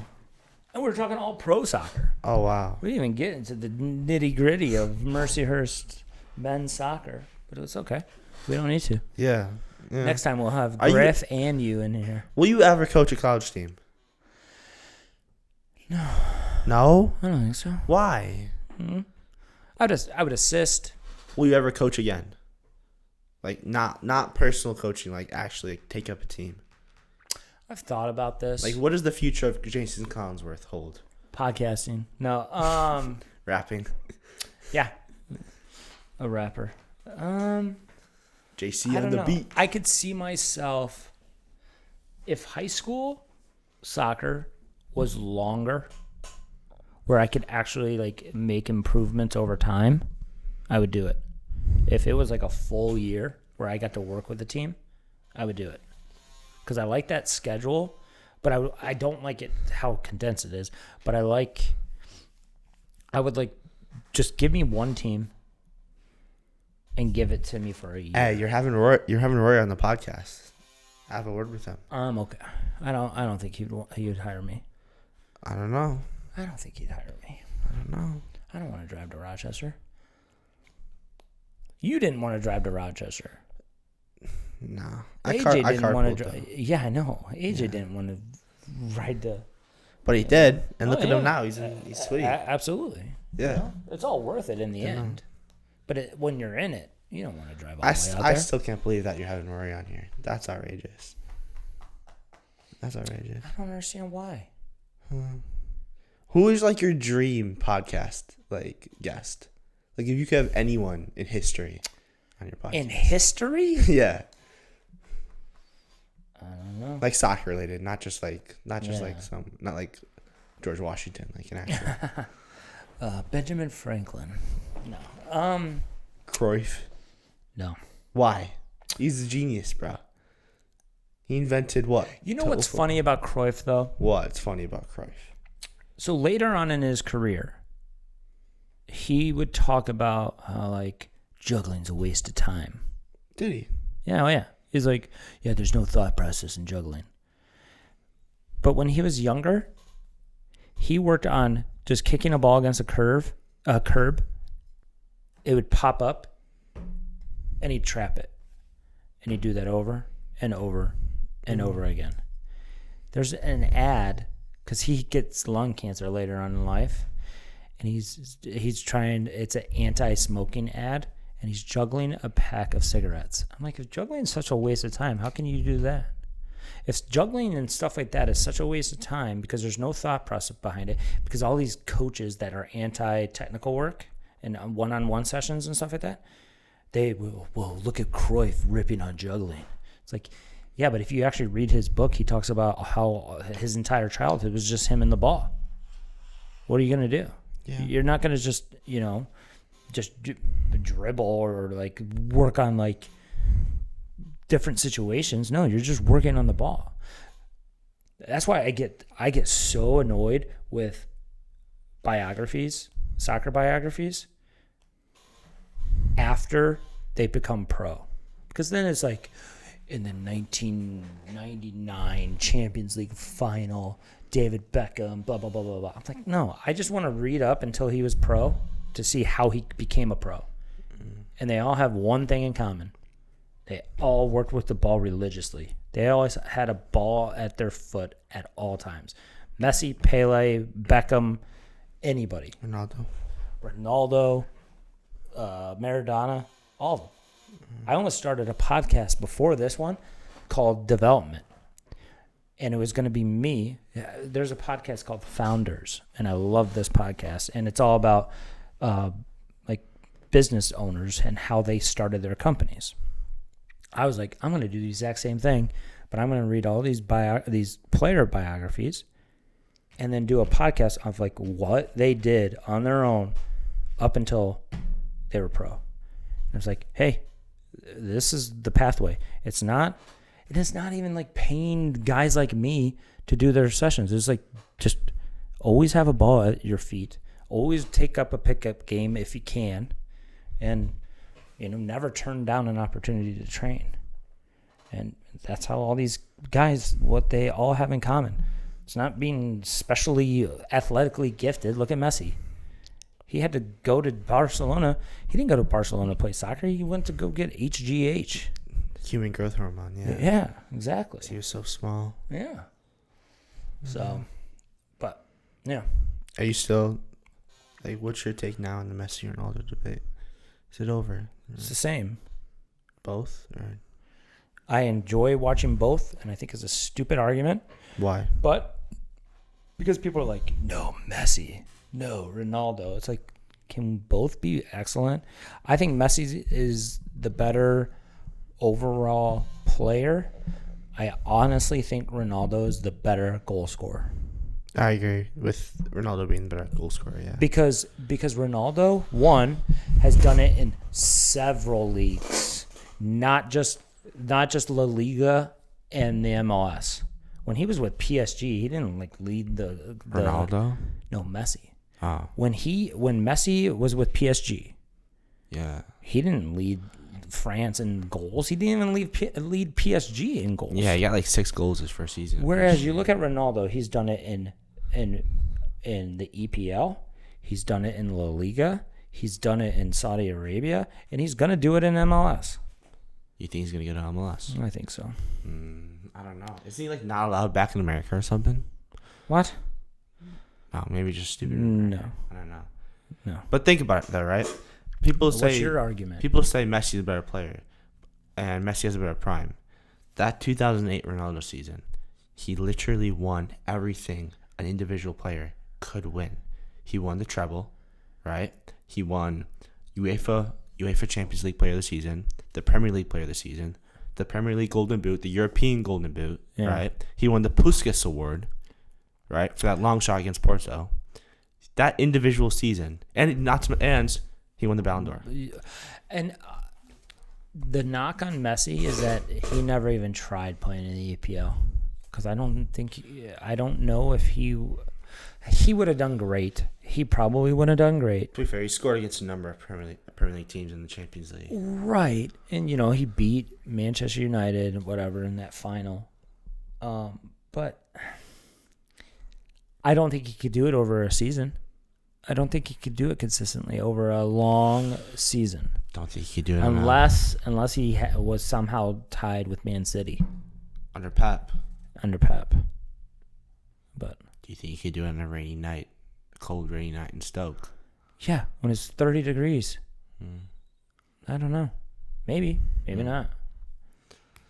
Ronaldo can. For me, it's just loyalty. You make a choice when you're a kid and you stick with it. I chose Ronaldo, so it's just loyalty at that point. I'll tell you what. If there was a game on, okay, let's flash back. Let's say it's 2012 Messi and Manchester United Ronaldo. I'm watching Ronaldo all day. Just for the entertainment value. Think about the team that Messi Barcelona. That Barcelona team wasn't actually fun to watch until I was really into coaching and stuff like that. What team was not fun to watch? Wow, because they were just dominant. Because they would have, there were literal games where they would have 99% of the possession and not one shot on target. It's not fun to watch. Yeah, but I feel like you always say this. Not when I was younger. You always bring up this point about meaningless possession, right? Because think about it, if you have the ball, the other team can't score. Exactly. Possession is also you defend in possession. Yeah, that's where you rest in possession. Exactly, the less defending you have to do. Yep. Right. So in a way, possession is the best defense you can have. I really don't believe in meaningless possession. I've heard you use that term so much. Yeah, but I don't believe in it. I would rather have the ball 99% of the time, but I want to score goals. I want to be very creative in the final third. Mm-hmm. I want to take chances in the final third. I don't believe in not crossing the ball because I'm on the touchline. I used to, but then when I saw the zone 14 thing break down from the Clemson coach, I was at a coaching course, and Mike Noonan, who won a national title with Clemson, was my coaching director, and he had the zone 14 and right around the box. And so basically, you have possession around the box. Then on the sides of the 18 is the gold standard. That's where most goals are created from. And zone 14, which is right on top of the box. And then all these goals. So I guess at the time it was the 2010 World Cup. He shows us a video of every goal in the 2010 World Cup. Everything on the sidelines that were in the possession was possessed, and then they tried to get into the gold standard and then cross it in, right? Or they would try to get it into zone 14 and then really have an attack on goal. And they showed every single goal from that World Cup, and everything was inside the box. Everything, a set piece here or there, or an insane strike. But most of it was inside the box. Most of it was one touch. Then, the next part of the presentation, he showed every U.S. attack into the box from the same World Cup. And you see guys from the touchline, from 30 yards out, crossing balls, like meaningless balls in. And that just showed, again, how far behind we are. Because you don't see that. You don't see a guy that's 30 yards from the touch or from the goal line on the touchline crossing balls in. But here we are. We were Americans lumping balls in. Even when it was like in the 30th minute. It wasn't the 90th minute trying to score late. In terms of crossing, do you believe in like just putting in the mixer, like picking out if there's enough guys in there? Just put it in there. And if there's enough guys in there. And hope someone gets on the end of it. If there's enough guys in there and it's late. If it's late, yeah. Otherwise, no. I also don't, like, it's so funny watching youth soccer. How often, if this is the goal line, how often do you see kids working on crossing while they're facing the goal line? But then when you watch pros, where are they faced? They're facing the middle. Yeah. And they're square to the field.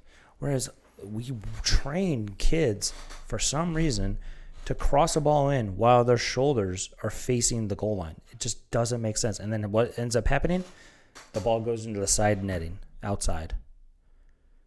It's like, what do we? That's something ridiculous. But yeah, I don't know. I don't know why I brought that up. I don't know, man. You need to like actually like you sit here right behind the camera and you say this stuff. Go coach. Go make it happen, Jason. I think I eventually will, maybe.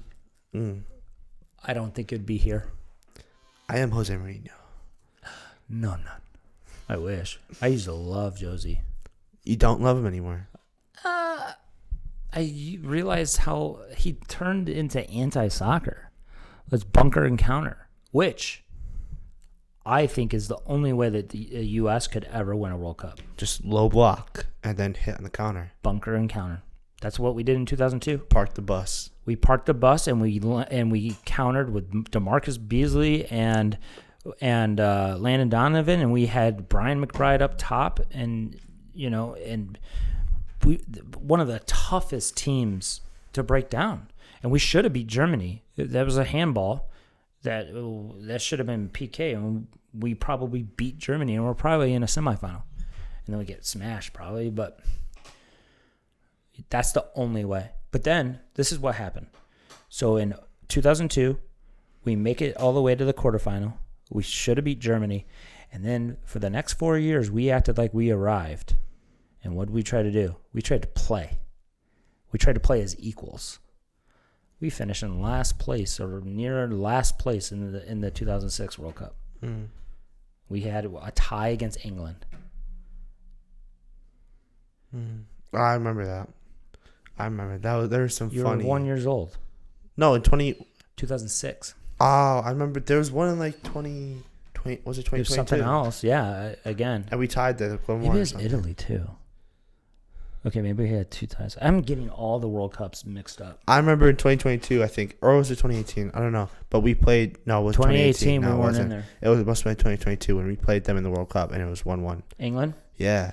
Or was it 2-2? I don't know. Yeah. Or we tied. Or was it 2014? Or was it 0-0? I don't know. I don't remember. But I think it was 1-1. Like it all runs in together because it's so rare. But I remember it was like there were a lot of like stuff on Instagram that was like saying like the second Revolutionary War or something, or some funny stuff like that. It was funny. That's why I like international soccer so much more, is because I can relate to it. I can't relate to Liverpool. I've never been to Europe. I've never been to England. I've never been to a game. I've seen Manchester United and Real Madrid train, but that was at the Big House in Michigan. Like, I've never been in that environment. So I don't have a team to support. So if you ask me your first date question or whatever, who do you support? I would say United States. I don't know. That's my favorite. What's your favorite soccer team? Oh, United States. Like little girls do. Which they do. The U.S. women's national team. Yeah. Now we're at 2 hours. Wowzers. Yeah, man. The game is so back. The game is back. The game's back? The game's back. Jesus. I hope not. Man, I want to be a coach one day. You'd be good. I think so. I think I'd be like a good I mix think all between, of you guys would be very good. I think I'd be a good mix between like a tactician and like a motivator, you know? What about technician? Like attack. Yeah, what about a technician? Tactical. You're technical. You've nice. always been very technical. What do you mean? Like tactics and like motivation. Because Right. But you're technical. You're very, very ball savvy. You don't think so? yeah, sure. You don't think you're But technical? I don't think about that as like a channel of like coaching. I don't know. Why? I think of like professional soccer, right? If like for example, like You're not going to start there. Arne Slot, he's not trying to like develop his players really. Right. He's trying to like play them to where he's gonna like get silver. Right, because he's already coaching or Yeah. he's already receiving them as a finished technical product. Well, not completely finished. Like I feel like Right. players can improve when they're managers, but at the pro level. But like, I think players are never done improving, I and guess. improve technically too. Like I think players are still trying to improve technically. Yeah. Always. Yeah, Look but at Ronaldo. Yeah, you think of like Jurgen Klopp. Yep. Maybe more of like a motivator, like an inspirer. You Right. think of like Sir Alex Ferguson, Right. tactician, all Yep. tactics. You know what I mean? Yeah. Like, when I What think level of- would you want to coach at? As high as I can get to, honestly. Right. I just don't want to coach like really little kids. I can't do that. Like That's what like everybody says. minimum but- like U13 or something. right, because you want to coach the game. You want Yeah. to coach the 11. I want to bring the game back. That's very. That's what's so common amongst coaches is that they don't want to work with the 6 to 12-year-olds or the 5 to the 12-year-olds, and that's where our best coaches need to be. I suppose. The reason is because soccer starts at home. Tom Byer, soccer starts at home. The best players that I've ever came around in Michigan and here, they're all second-generation soccer players. Every single one of them. The very, very, very best. They're all second generation. Well, why are they better? Because they have a ball at their feet at 2 years old, 3 years old, 4 years old, right? Whereas Clint Dempsey, one of the best national team players of all time, didn't have a ball until he was 6. Messi has a ball at his feet at 18 months. Messi has a 5-year head start, a 4-year head start. Yeah. And so what coaches do, they want to coach the 11v11 game. I want to employ my pep tactics that nobody will see coming and everything. And it's like Imagine playing like a low block with like 6-year-olds. Exactly. Build out of the back. Let's build out of the back with our 10-year-olds. Inverted wingbacks Right. with 6-year-olds. Kid can't like hit up, can't even trap the ball with their left. They're still crossing over their legs to receive with the outside of their. If the ball is traveling to their left, they're still crossing their leg and receiving with the outside of their right because they have no left. But we're gonna do a low block. That's nonsense, honestly. When you're that Play age, a flat back 4. when you're that age, just let the kids play. Let the kids be creative. Yeah, but I mean, and I brought this up with AJ, and I've brought this up in previous episodes. Have you seen what the FA is doing in Europe? What are they doing? You're not getting to 11v11 until 15 now.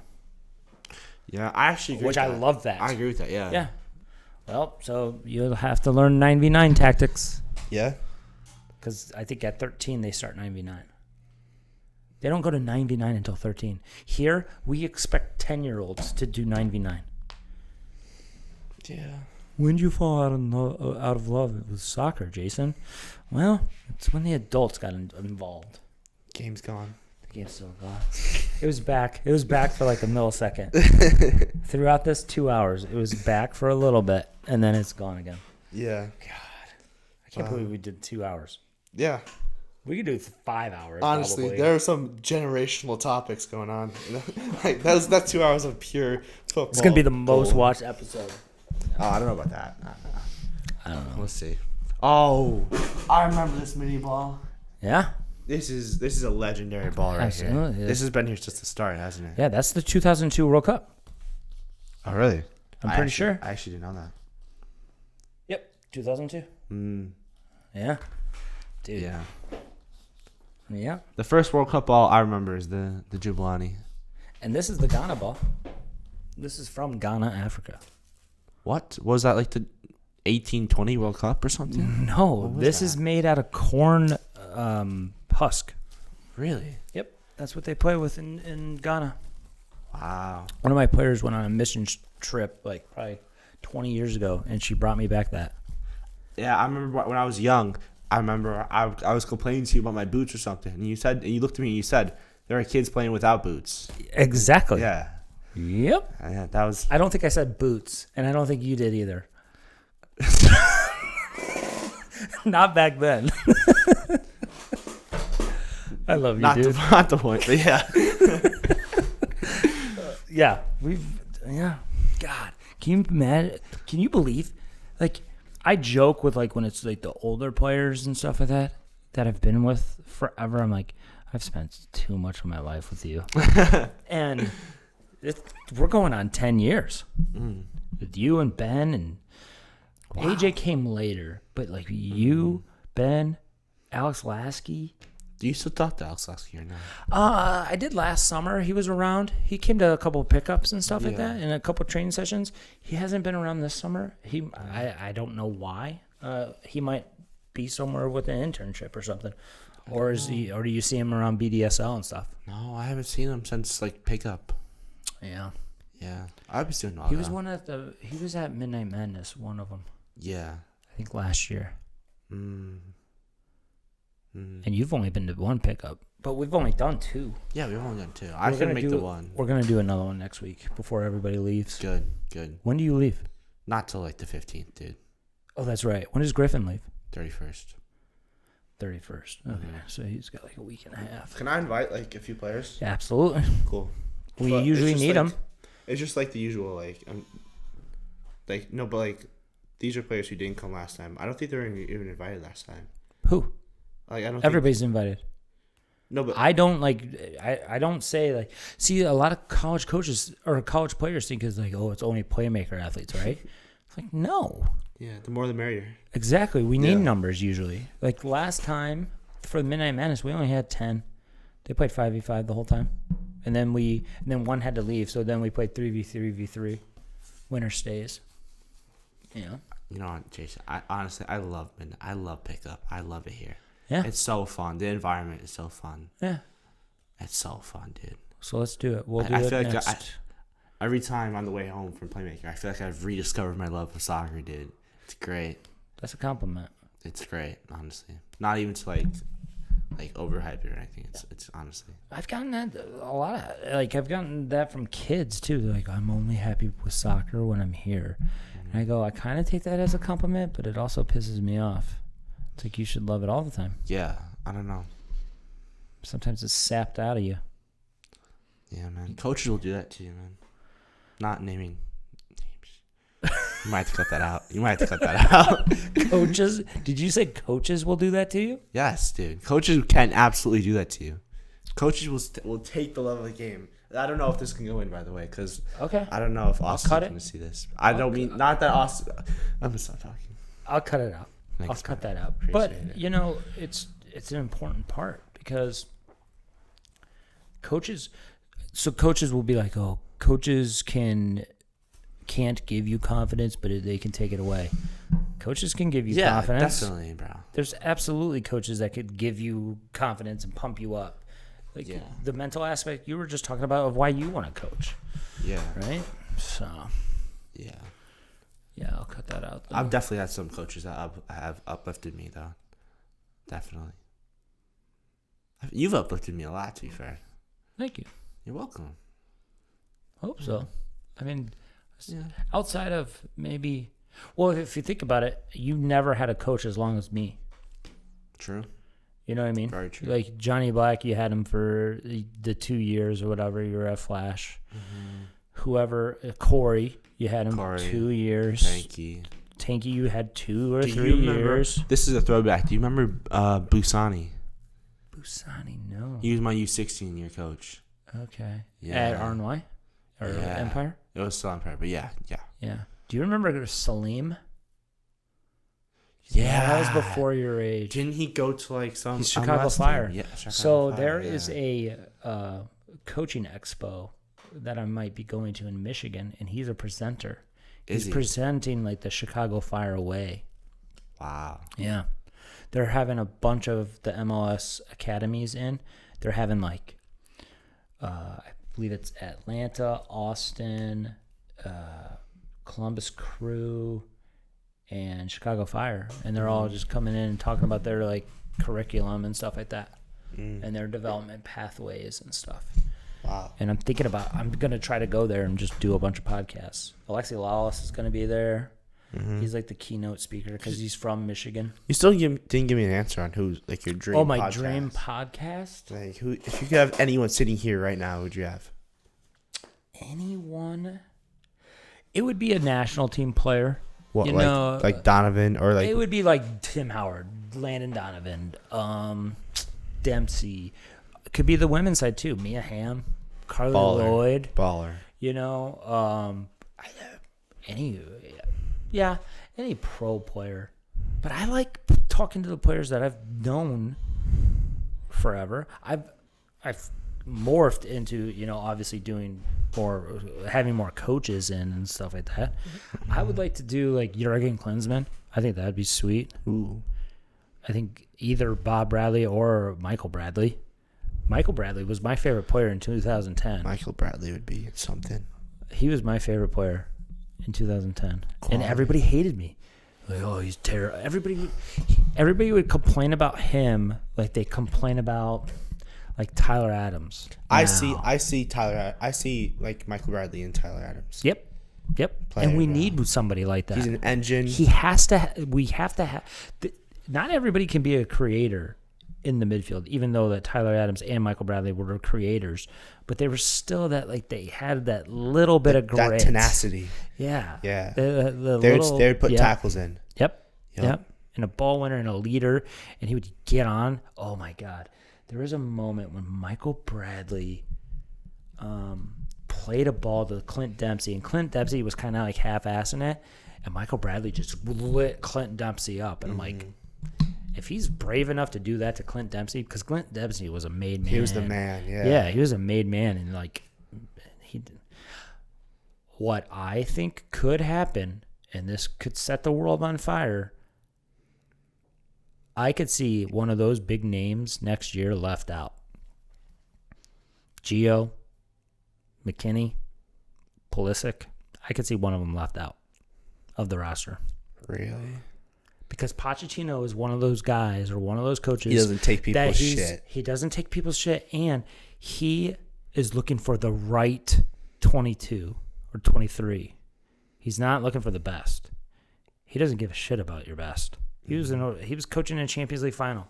Mm-hmm. And like look at his starting lineup. It wasn't all of his best players. Was that with Tottenham? Right? Yeah. I remember that. Yeah. I mean, it wasn't always his best players that were always making the roster. Yeah.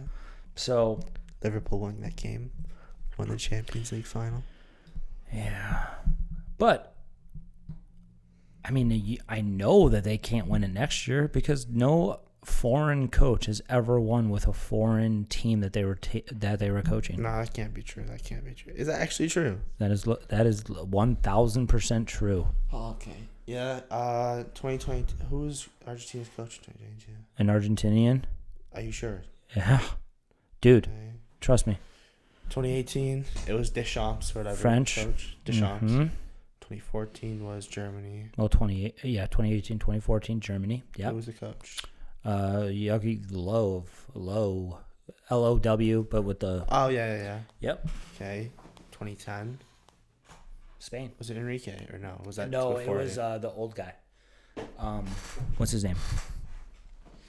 Would I know him? Or was it before me? Come on. Vincent Del Bosque. Oh, The really old guy. Yeah. The old guy. That's ball knowledge. 2006, Italian. Yeah. 2002, Brazilian. 98, French. We've had so many World Cups. 94, Brazil.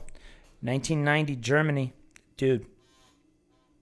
We've had so many World Cups. 1986 was Argentina, right? Argentina. 1982, I want to say it was Uruguay. We're going way beyond Dude, that time now. It's never happened before. Are you serious? That's an insane stat. No. You want a more insane stat? What? How many nations have won the World Cup? 8. 8. They all border other countries that have also won. Even Spain, which is a peninsula, borders between international waters. It's crazy. They border Italy, right? With international waters. Every country to ever win it borders another country that's won it. We would be the first to have a foreign national as a head coach, and Mexico and Canada has never won it. Yeah. It's crazy. Who was your favorite for the World Cup? Or is it too early to say? Too early. I mean, qualifying's still going on. I know, but like... I think it's going to be a Western Hemisphere team. I think it's going to be... No, back not to back, Argentina. it can't be Argentina. No, not Argentina. I don't want it to be Argentina. I was rooting for France. When was the last time a country won the World Cup twice in a row? It's been a while, hasn't it? Brazil. It's been a while. Pele. Yeah, exactly. I think it's been Brazil. Exactly. Brazil almost did it 98, 2000. Actually, Brazil almost won 3 in a row. 94, they won. But 98 was 98, France. they were in the final. But and lost 3-0. Which one was the Zidane headbutt? Which one was that? That was 2002. 2. No, that was 2006. Oh, right. Yeah. That was 2006 right. against That was Italy. Italy, yeah. Yeah, Italy He's won. his son by his sister or something. Yeah. Yep. He's probably my favorite player of all time. Zidane. Yeah. I never watched him play live. I don't know, but He's a great manager, too. yeah, the three-peat with Real Madrid, Yep. the dynasty. It kind of goes against, like, because some people, coaches that weren't very good at playing, they always bring up, well, like, you don't have to be a really good player.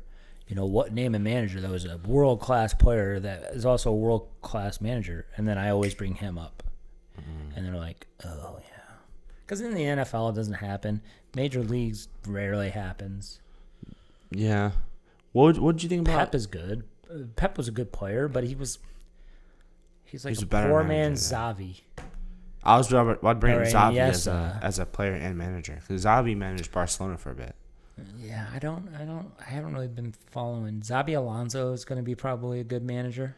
Probably, yeah. Yeah. I don't know. I can't believe how much pro soccer we've talked. That's good. I haven't had a podcast like this yet. It's good. Yeah.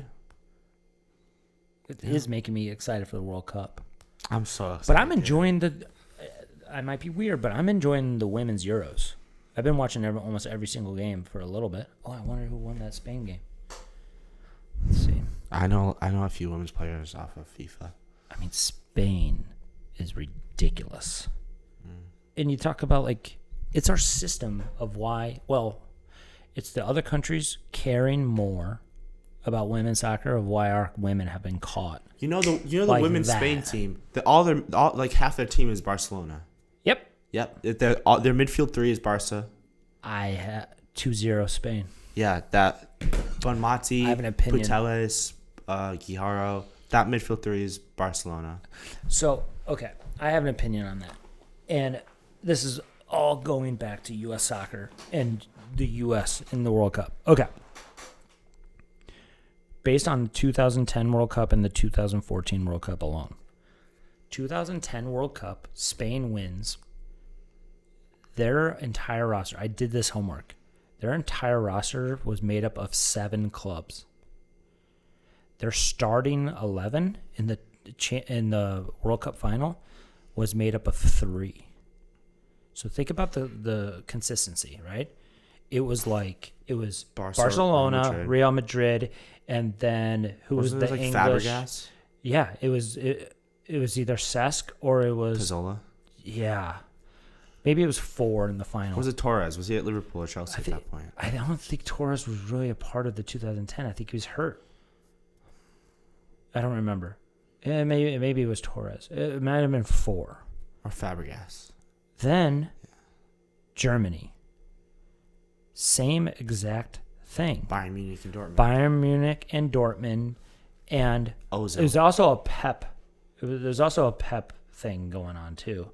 Like Pep 2010, who was the biggest club, Barcelona, or best club, Barcelona, led by Pep. Who was the best in Germany? It was Bayern Munich, led by Pep. And then it was so on and so forth. And then I thought, as soon as he goes to England, England's going to win the World Cup. They almost won the Euros. But anyway. Then, so I do that homework. 7 clubs and 6 clubs. Then I look at the U.S. rosters for both of those World Cups. 20 clubs are represented by our U.S. national team. 19 in 2014. We have zero chemistry. Mm-hmm. There was one year where Mexico had to play in to get into the World Cup, and the coach got fired, and they brought in a club coach to do it. That coach just brought in the club to qualify, and they won because all of the chemistry. Mm-hmm. My argument of the best way that we can compete is 1, the bunker and counter thing, but 2, let's take the Pulisic, let's take McKinney, let's take Weah, let's take a goalkeeper. Adams. We're going to have to take a goalkeeper, and let's say Tyler Adams. And then let's load up the rest of the roster MLS players from 2 of the best MLS teams. Yeah. And then we just have 7 teams represented, and then we just compete, and we defend like hell, and we try to counter. And let's see what happens. That's what I would do. If I was the manager of the United States, that's what I would do. That's how I think I would try to compete. And I'd start, I don't know. It's going to be interesting, though, because if you remember, and you might be too young, all the guys started coming to the MLS right before the Klinsmann World Cup. What was that, 2010? No, it had to have been 2006. No, that was Bruce Arena. The Klinsmann World Cup. What was that, 2010? They all started coming back to the MLS. That's when Dempsey came back to the MLS. I think that's going to happen again. I think Reyna is going to come. I used to say that by 2026, Pulisic will be in the MLS. I still am standing by that. I think he will be. He's been in Europe since he was 16. What is he now, 24? 25? I think he's like 26. Yeah. That might be 10 years. Yeah. It's a long time. I think he's pushing 28. And his girlfriend's here, and the let's see, the golfer.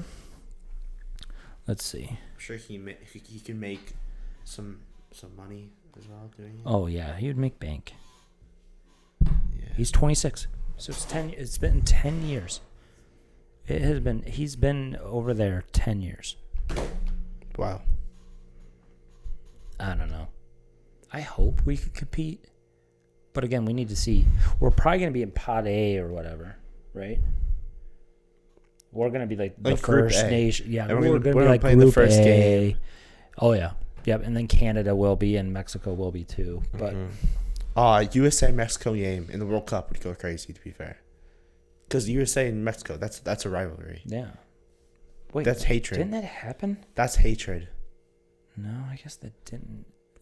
That's like an El Clasico almost. That's it is El Clasico. That's a pure hatred. Yeah, it is. Teams. That would be intense. I went to a World Cup qualifier, at Columbus, and it was one of the Dos Acero games when we won, and it was like in March, and it was snow, and it was freezing, and the Mexican fans they were miserable because it was so cold. And that's smart, and that's why I think when the U.S. schedules their games, schedule it at 2 p.m.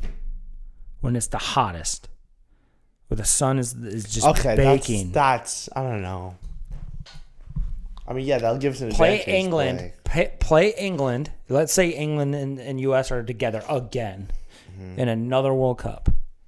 Put that game at 2 o'clock in Arizona. Let's do it. Let's kill those Englishes. Englishes? I don't know. Seriously. Who says no? We'd win. I imagine the English Dons would cry big. Their women should have lost yesterday. They were down 2-0. They were down 2-0 to Sweden, and then they came back to tie it, and then they won in PKs. And Sweden had two chances to win it in PKs, and they didn't. Soccer. Game's gone. We need a counter. We need a counter. How many times we said that? Game's gone. The game is so I gone. love that, though. And again, Carragher and Neville. Gary where's his brother coaching now? Is he the Canadian women's national team player or Gary coach? Neville? No, the other one. The other Neville. The other Phil Neville. Phil Neville. Is he he's not the men's national team head coach for England, is he? No. He used to coach the girls, the women. Where is he? Phil Neville. I don't know. This is too much soccer. I'm going to need a break. I'm going to need a soccer break. Yeah. Wait, he's coaching the MLS. That's right. That's where I just saw him. Portland Timbers. I was like, I just saw him on a sideline somewhere. Yeah. Yeah. Phil Neville. All right. Let's wrap this up on the Phil Neville Google search. Yep. Thanks for doing this. Game is back. The game might be back. I It don't might know. be back. Thanks, Woody. Of course. I hate soccer.